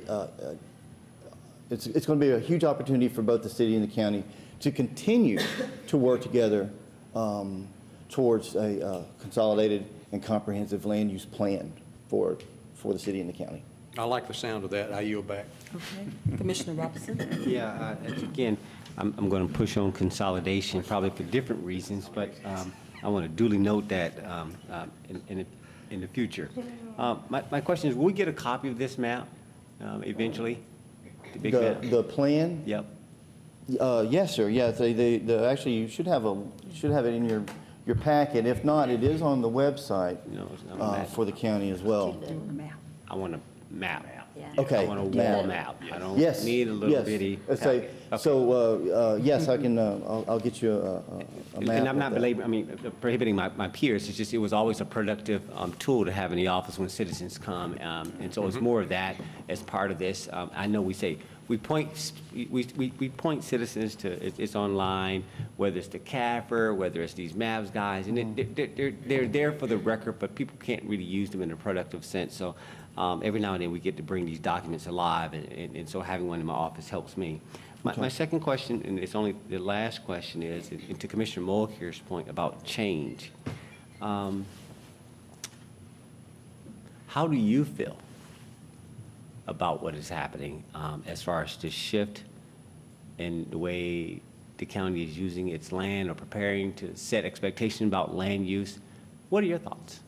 That's all I really want to hear. We have some challenges. There's things that we want to look at going forward that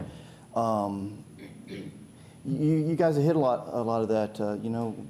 The truck traffic, the transportation issues that have been discussed this morning. How can we be smart about what we move towards and where that land use is? We also need to look at some different housing, some different options and things like that going forward. And we have 2 LCIs in the county that we're going to be submitting this year, one for the Sweetwater and one for 92 and Lee Road. And I think once those plans are submitted to ARC, if they're approved and that goes forward, then that's going to require us to really look at different zoning and different zoning changes that we may not have seen in this county, Commissioner. And that's my point. It's ever evolving. It just seems like it comes and goes. It shifts per se, obviously with administrations, with citizens changes, et cetera. So it's just something that I want to keep my mind, keep our eye on, and we appreciate your commitment. We know that you're going a year into this, but we appreciate your commitment to taking this by the horn and making it work for us. So I yield, Madam Chair. Thank you for your job. Thank you. Thank you so much, Vice Chairman. Commissioner Guider? Yes, Ron, Run, come back. He keeps running. He wants to go to lunch. we're going to tie him to that podium. When we adopt this comprehensive plan, Yes, ma'am. say somewhere down the road, we discover we need to adjust it in some way, we are able to do that, right? Yes, ma'am. The future land use amendment, things like that, that's a process we already have in place. And it's common for us to do that. If we look at something and it's not, Things change. Things change, and a good indicator of that is actually the Sweetwater area, because, I mean, there was a lot of residential identified in that area, and even since I've come on, we've got all kinds of industrial and manufacturing distribution centers that are going in there. That has changed already. I mean, just in the 10 months that I've been here. And in so. my district, we're opening up the 78 corridor too, in there. Right. So, but you just never know how things are going to evolve through the years. So I just wanted the public to know that even though we're adopting a comprehensive plan, it can be amended. It can be amended, and it is also, it's a concerted effort with the city as well to move forward and so that those activities and the county's activities mesh well. I mean, we go in and out from city to county, just driving down some corridors. They need to see and understand that the land uses are fluid throughout. Yeah. Okay, I yield back. Okay, thank you so much. Board of Commissioners, Madam Chair? Oh, I'm sorry, I didn't Yes. see you, Commissioner Okay. Mitchell. See, I didn't leave this time. Yes, so you didn't leave this time. Don't run. Okay. You talked about the city of Douglasville. Is Villa Rica anywhere inclusive of this comprehensive land use plan, or because it's such a small sliver, not sliver, but It's a big section now. They are in the county, and the portions that are in the county were considered during the comp plan process. If you're asking if there were official representatives from the city of Villa Rica that were part of the stakeholder group, I don't think we had any. It was the city and the county, and then we had. Was there a reason why were they invited, or is it? Or did they know? Looking back on it, I'd have to go back and see. I mean, we put together, it was a tight group. I mean, the county was allowed to have 8 people, and the city was allowed to have 8 people, and then we had 4 at-large stakeholders. But the public notices went out in the paper, and of course, I did have communication with staff, so they knew at Villa Rica, so they knew we were working on it. But Okay. I mean, as specifically as them being actual on the stakeholder group, no, sir, they were not. That's a little interesting. We'll have a sidebar about that later. The other question I've got, though, okay, this comprehensive land use plan, I'm assuming is color-coded to talk about the industrial side, the multi-use side, and so on and so forth. So once we get this map, I'm assuming you're going to give us a map. Once we get this map, we can kind of look at various kind of what the city entails, what 78 would look like, the corridors on Thornton Road and so on, and Lee Road and all that kind of good stuff. So is it coordinated that way, or is it just one map? Because I guess what I'm alluding to, I don't want to see a map, just a map of the county. I want to see a map of a comprehensive land use plan of what the land, what's the highest and best use, and what direction we're actually going as a city and a county. So. Yes, sir, and they're actually broken out into activity centers in the Good. plan. So, I mean, we have activity centers that are all through the county. Understood. And those are specified and detailed. Yes. In the plan. So, I mean, the map that you'll get will have those activity centers identified. And then you will be able to see and discern what the definitions of those activity centers actually are based on the feedback that we got through the stakeholder process. Understood. Good, good. Okay, that's all I have. I yield back. Okay, thank you. Commissioner. Matt, just one comment to address the Villa Rica. They are not allowed to annex anymore into Douglas County. This is agreement that goes way, way back. And so they control the city limits in their plan. So you're saying that's why they wasn't at the table? I don't know. This is the first I've heard this. I would have thought that we would have personally reached out to them Correct. about it. We but had discussion with the planners, and like I said, they have one planner on staff, and Lenise Lyons and I had communications and about the public hearings and things like that. And then it's not to say that there weren't residents that attended that lived in the Villa Rica area, and the same thing for the Lithia Springs area.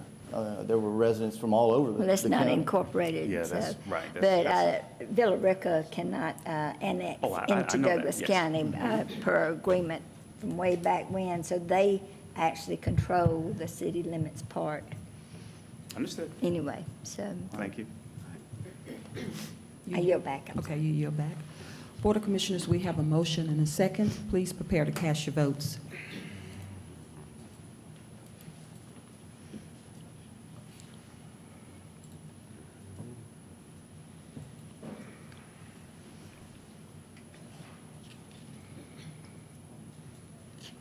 We have a unanimous 5-0 vote, and the motion carries.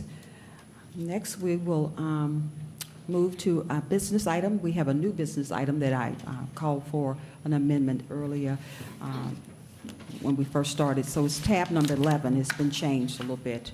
So this is authorization to approve an intergovernmental agreement with the City of Douglasville to place a telecommunications tower on property owned by the city located at the intersection of Fairburn Road and Shoals School Road, and authorize the chairman to sign all related documents. Board of Commissioners, do we have a motion to approve? So moved. Second. We have a motion and a second. Any discussion? Yes, Madam Chair. Commissioner Robinson? The amount? The amount, Yes, ma'am, Madam Chair. So the Okay. amount County stated Administrator. in paragraph 3 in the IGA has been revised. It is stated at half of the fair market value, and that number decreased a little bit through negotiation with the city. It is now $150,000. okay, it decreased from 180 to 150, is that? Yes, ma'am, approximately 182 to 150 Okay. is what we would owe the city for use of that property. Thank you, Madam Chair. I'll yield. Okay. Madam Chair? Okay, Commissioner Mulcair? Yeah, I'm a little fuzzy on the financial philosophy of this action. I support it because we have to get this project moving. But the city benefits hugely from the location and the use of this tower in the digital radio system, and why they would be charging us $150,000 when the money could have been put use to other projects in the city and county at large, instead of going to pay for property, which we have a partnership with the city. So I support this, but it leaves a bitter taste in my mouth. I yield back. Okay, thank you, Commissioner Mulcair. Any other comment? Commissioner Mitchell? I agree. This was an interesting negotiation, which I was a little shocked in the whole makeup, but the project is too big, too encompassing to benefit not only the city, the county, and everybody in this whole makeup. That's why, as Commissioner Mulcair stated, I was a little shocked, but you know, to get the project to move on and let's just get her done. The project is too big to hassle over roughly about $50,000. So I would say definitely let's support it, and I thank you guys for trying to understand that we have a a partner, a great partnership with the city, but sometimes they just kind of think a little bit different than how we think. But I think this project needs to get done. And the more negotiating back and forth will probably create more time based on the mere fact of the cost we'll incur in trying to save $50,000. We'll probably incur an even bigger cost trying to deal with $50,000. So I would say let's go ahead and move forward with it. And I would support it, and let's get her done. Okay. I yield back. We have a motion and a second. Board of Commissioners, please prepare to cast your votes. Manually, because. Oh, manually, yes. I forgot. Oh, manually. We have a motion and a second. All in favor, please raise your hand by saying aye. Aye. Aye. 5-1. The motion carries. All opposed, the same, and the motion carries. You said 5-1? Ooh, boy, 5-0. Oh, okay. 5-0. Okay. 5-0, the motion carries. All opposed, the same, and again, the motion carries. So thank you. All right. Next, we have a business item, which is tab number 12, authorization to award a contract to Pond and Company Incorporation for professional consulting services for the transportation scoping study for the Lee Road Extension Project for a total cost of $313,890 to be funded by the CTF, and authorize the chairman to sign all related documents pending final legal review. And for those who are not familiar with the acronym, CTF is Capital Transportation Fund. Board of Commissioners, do we have a motion? So moved. Second. We have a motion and a second. Any discussion on this item? Yes. Commissioner Madam Chair. Robinson? All right, let's be clear on source of funding. Who's going to come to the dais and take, Mark, you got this? Who's going to? Yes, on which item? Item 12. All right, and my question is, what I heard it just be read, is that the source of funding was going to come completely from the Capital Transportation Fund? That is correct. The amount of this contract is actually slightly below what had been allocated to this particular project for quite a while now. So we're able to fund it out of that fund. In whole? In whole. And no supplement from the general fund or anything else? That is That's where it's correct. come from. I just wanted to make sure that we heard it right, and that's all I wanted to have, Madam Chair. I yield, just to clarify. Thank Any you. other questions? Commissioner Guider? Thank you. Yes, I was the one that did ask that it be removed from this consent agenda, because although it's coming out of the Capital Transportation Fund, that is like a savings account that we set aside for rainy days involving our roads and necessary things that we have to maybe match funds with the state, and this is for a third leg of a project where the first and the second leg has not even really gotten off the ground yet. So I just think we're spreading the money too thin. This money could be applied in some way to either leg 1 or leg 2, but this is the Lee Road extension that we've got a 2-lane road that's supposed to be 4-lane at some point, but we're at a standstill as far as funding there. I know that this is just a drop in the bucket, but we've depleted our Capital Transportation Fund, which is our rainy day fund, using $1 million, for the budget last year. And so this is going to pretty well deplete that fund. And so if we have a case where we need to make some matching funds for something, we're not going to have it unless we pull it out of the general fund. So it affects the general fund. Also, do we have to spend this money before we can get TANs and everything? Is that part of the money that we have to spend, deplete before we can? So, that could add another month of having to borrow money. So I just think we ought to clean our plate a little bit before we talk about or spend this much money for something that's probably 15, 20 years out. So, and that's the reason I asked that it be removed from the consent agenda. And I yield back. Okay, thank you so much, Commissioner Guider. Commissioner Mulcair? Yes. First of all, I want to correct something, a statement I made yesterday. I realized it later. that I was in error. We were talking about a rainy day fund, and we were talking about the flooding in 2009 in September and the use of the CTF. And I was in error. That money was actually taken from unassigned reserve to take care of the catastrophic damages to our transportation system. It didn't come out of the CTF. So I want to display a correction in that regard.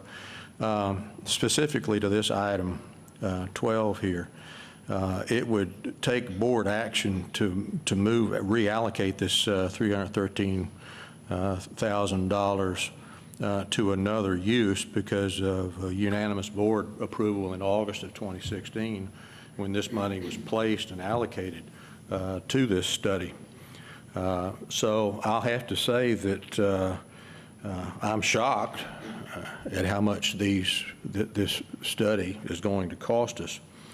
But the fact is that we have to be forward-looking, and even though, to Commissioner Guider's point, Phase 1, Phase 2 are not entirely complete, that doesn't mean you don't start to work on Phase 3.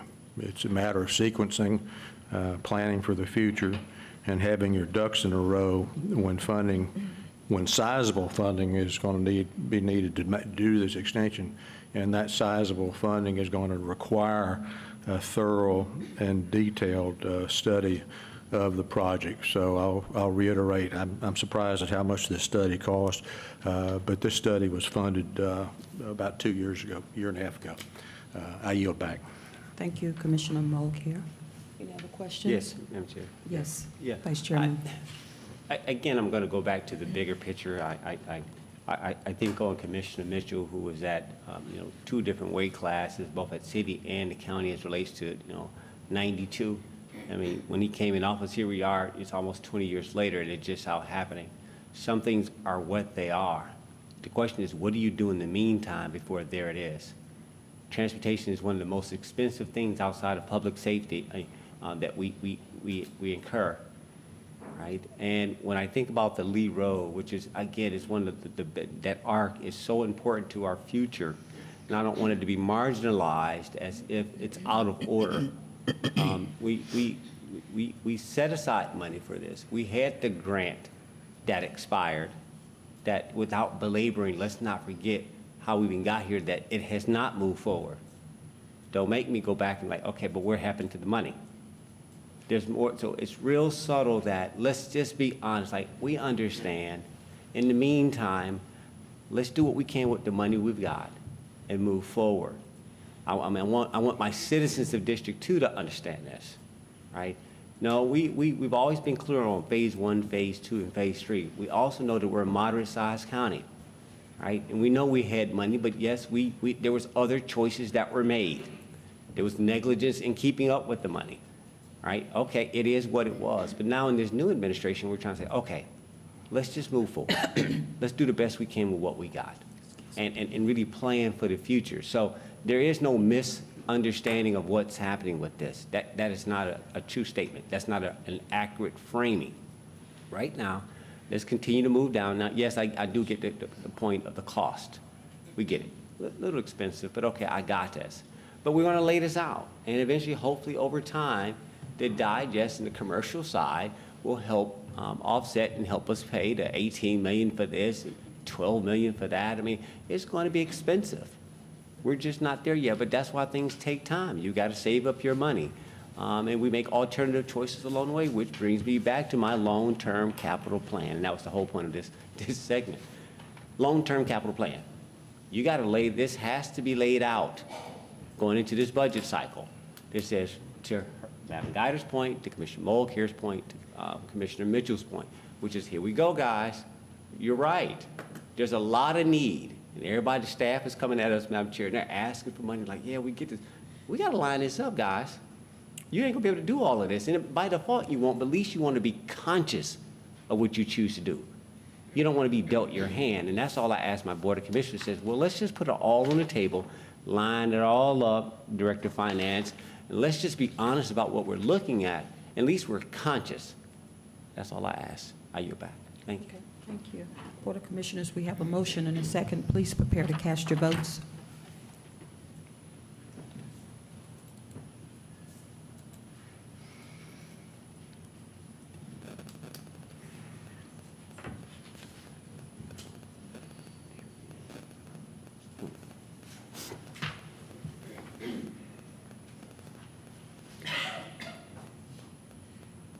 We have a 4-1 vote. The motion carries. Next, we have the consent agenda. All items are subject to final legal review.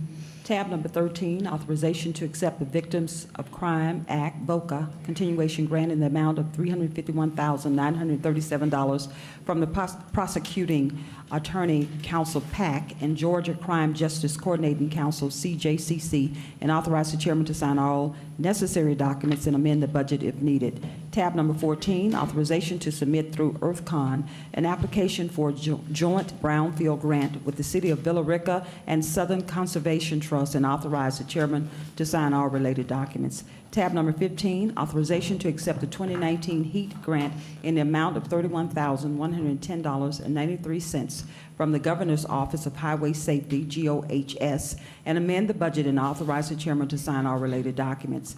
Tab number 16, authorization to accept the 2019 Western Regional Traffic Enforcement Network grant in the amount of $19,850 from the Governor's Office of Highway Safety, GOHS, and amend the budget and authorize the chairman to sign all related documents.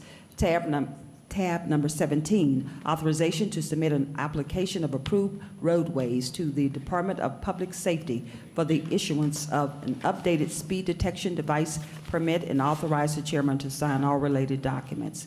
Tab number 18, authorization to apply for and accept the Emergency Management Performance Grant from the Georgia Emergency Management Agency, and authorize the chairman to sign all related documents.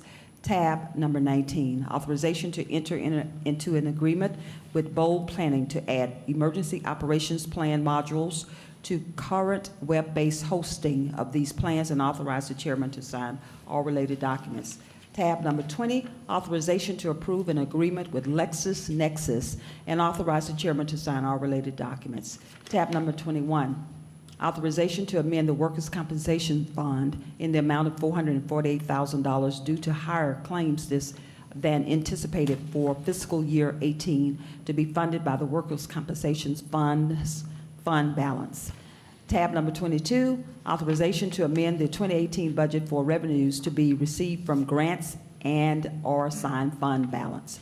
Tab number 23, authorization to approve a task order agreement with Atlantic Coast Consulting for an RFP services for procurement for privatization of the solid waste services at the Douglas County landfill for a cost not to exceed $15,000, and authorize the chairman to sign all related documents.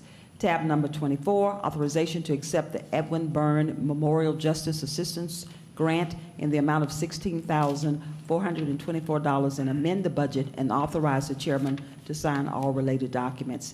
Tab number 25, authorization to amend the GEPCOR 457B deferred compensation plan agreement for Douglas County employees to permit plan participants to make Roth contributions to the 457 plan, and authorize the chairman to sign all related documents. Tab number 26, authorization to revise the salary for transit services coordinator from $55,000 to $75,000. And tab number 27, authorization to award a contract to KCI Technologies Incorporation for professional consulting for the transportation scoping study for the I-20 at Chapel Hill Road diverging Diamond Interchange for a total cost of $354,500, with $235,000 to be funded from the CTF and the remainder amount to be funded from the general fund balance, and authorize the chairman to sign all related documents. Board of Commissioners, you have heard the consent agenda. Do we have a motion to approve? So moved.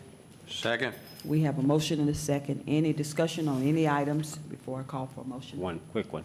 Okay, Commissioner Robinson. Yeah, the last one speaks for itself. I'm going to speak to the landfill. Again, I'm just going to make a statement that we've got this. Can somebody come down is our Gary here? Jenkins? He's here. Gary, come on down. Thank you, Director Jenkins, for coming down. Thank you. I don't get to talk to him much. Come on down here. Talk to us just really about this. This is important. I know sometimes it falls to the back. backdrop, but landfill is something that we do need to acknowledge. Can you just take a little time and frame what this is going to be about, please? What we do know is that we got a limited time left in our landfill, 8 years. If we elect to build another landfill, go to another site on existing property, it's a 5-year program. So that leaves us 3 years to decide which way we want to go. The other side of that is our transfer station also is in terribly bad shape. It's a temporary transfer station. It's now 25 years old. And so as we go through this, what we thought we could do, and we would be remiss in not doing it, is send out an RFP to the private sector. See what the interest is, if any, whether it be leasing the property. We've even had individuals want to purchase some of the property. Maybe go strictly, close the landfill, go strictly transfer, maybe privatize the whole thing. Not unusual in the metro Atlanta area now. Okay, and the reason I bring this up, and again, this is something that we addressed at the budget retreat.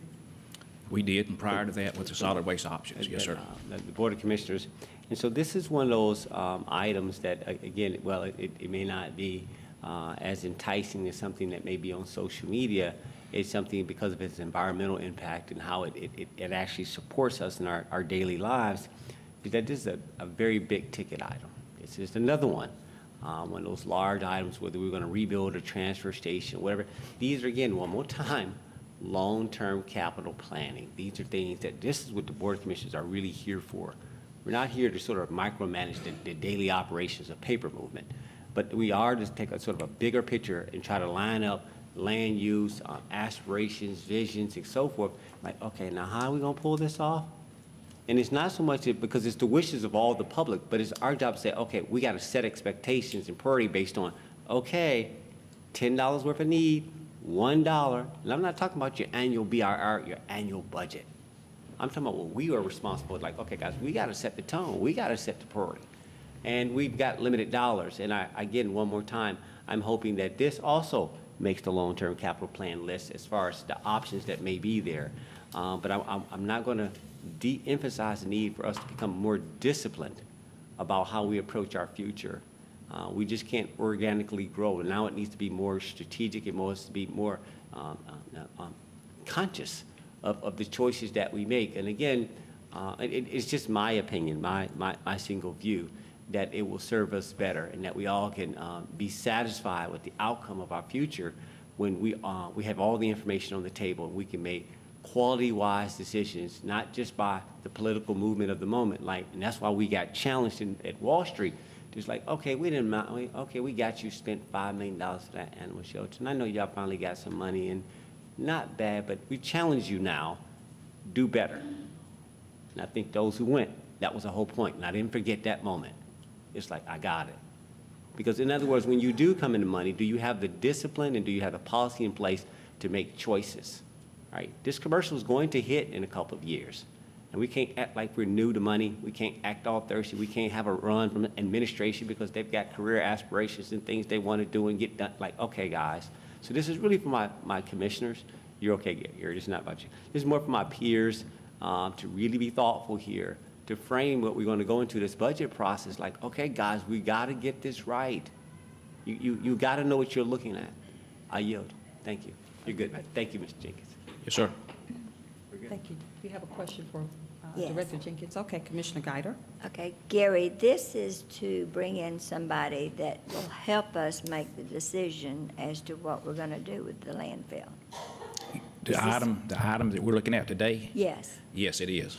They're going to be consulting with us, telling us what other companies might offer, or... We left this RFP wide open, just a Okay. blank check, if you So will. it's just to give us some kind of direction. Right. Of what we can afford and where we must go at some point. And maybe even some ideas that we don't even think about That we very have often. not even thought about, right. Leasing instead of selling. But right now, I don't think the public realizes that just, our household garbage or trash is already sent out of the county. We don't put that in our landfill. That's correct. Just demolition and Construction material? construction, yeah. It's just buried out there, and of course, it rots and it settles and everything, but we have to still maintain it, and we have all these regulations that are really just choking us to death as far as EPD and solid waste restrictions. So we've got to look at something. We know we're almost at the capacity of even using the landfill for the construction and demolition. So, and this is an expert that can help us in that decision, right? That's correct. Ultimately, it's our decision. It's our decision, I know it, but They will- help us make a wise decision. That's correct. And they'll, as these firms come in, and maybe we interview them, maybe we don't, it will let us know where we're at and what the future is. Now, the list I had yesterday, these are the big guys: Waste Management, Republic It's Services. their expertise. You know, that's They do it what- on the international level. That's Yeah. correct. And we're not an expert in landfills and the regulations that govern them. So just wanted to kind of clarify that for the public. Yes, Okay. ma'am. All right. I yield back. Okay, thank you. Board of Commissioners, we have a motion and a second. Please prepare to cast your votes. Thank you, Director Jenkins. Thank you.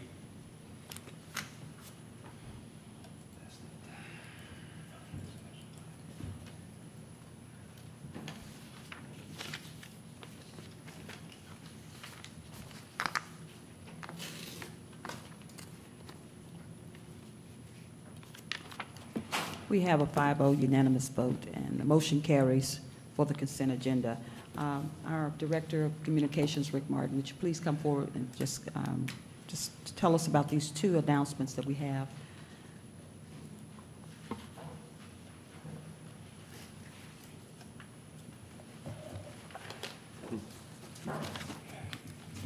Yes, Madam Chair.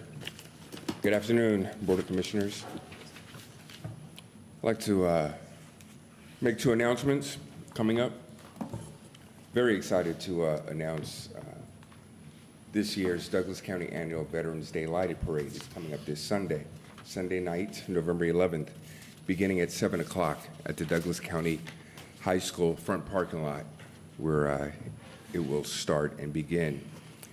We have a number of entries, about 15 at this time, and they're continuing to flow in and check in. So we're really excited about this. If there are any further questions, the public is invited to call my office directly at 770-920-7303, or they can email me. And further details are on our website, celebratedouglascounty.com. Would also like to mention Keep Douglas County Beautiful will be hosting a recycling education booth for America Recycles Day on November 15th at the Douglas County Courthouse right here from 9 a.m. to 12 noon on the second floor of the atrium. Come on out and take the America Recycles Day pledge and get information on local recycling. Thank you, ma'am. Thank you so much, Director Martin. Any other announcements from our Board of Commissioners? Anyone have anything relative to their districts? Go vote. Okay.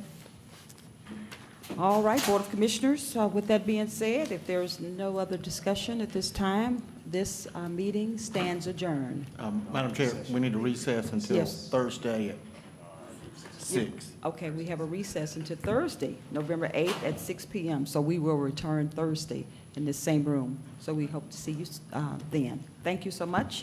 And this meeting is not adjourned. No, it's just recess. It's recessed. Thank you. Yeah, it's recess.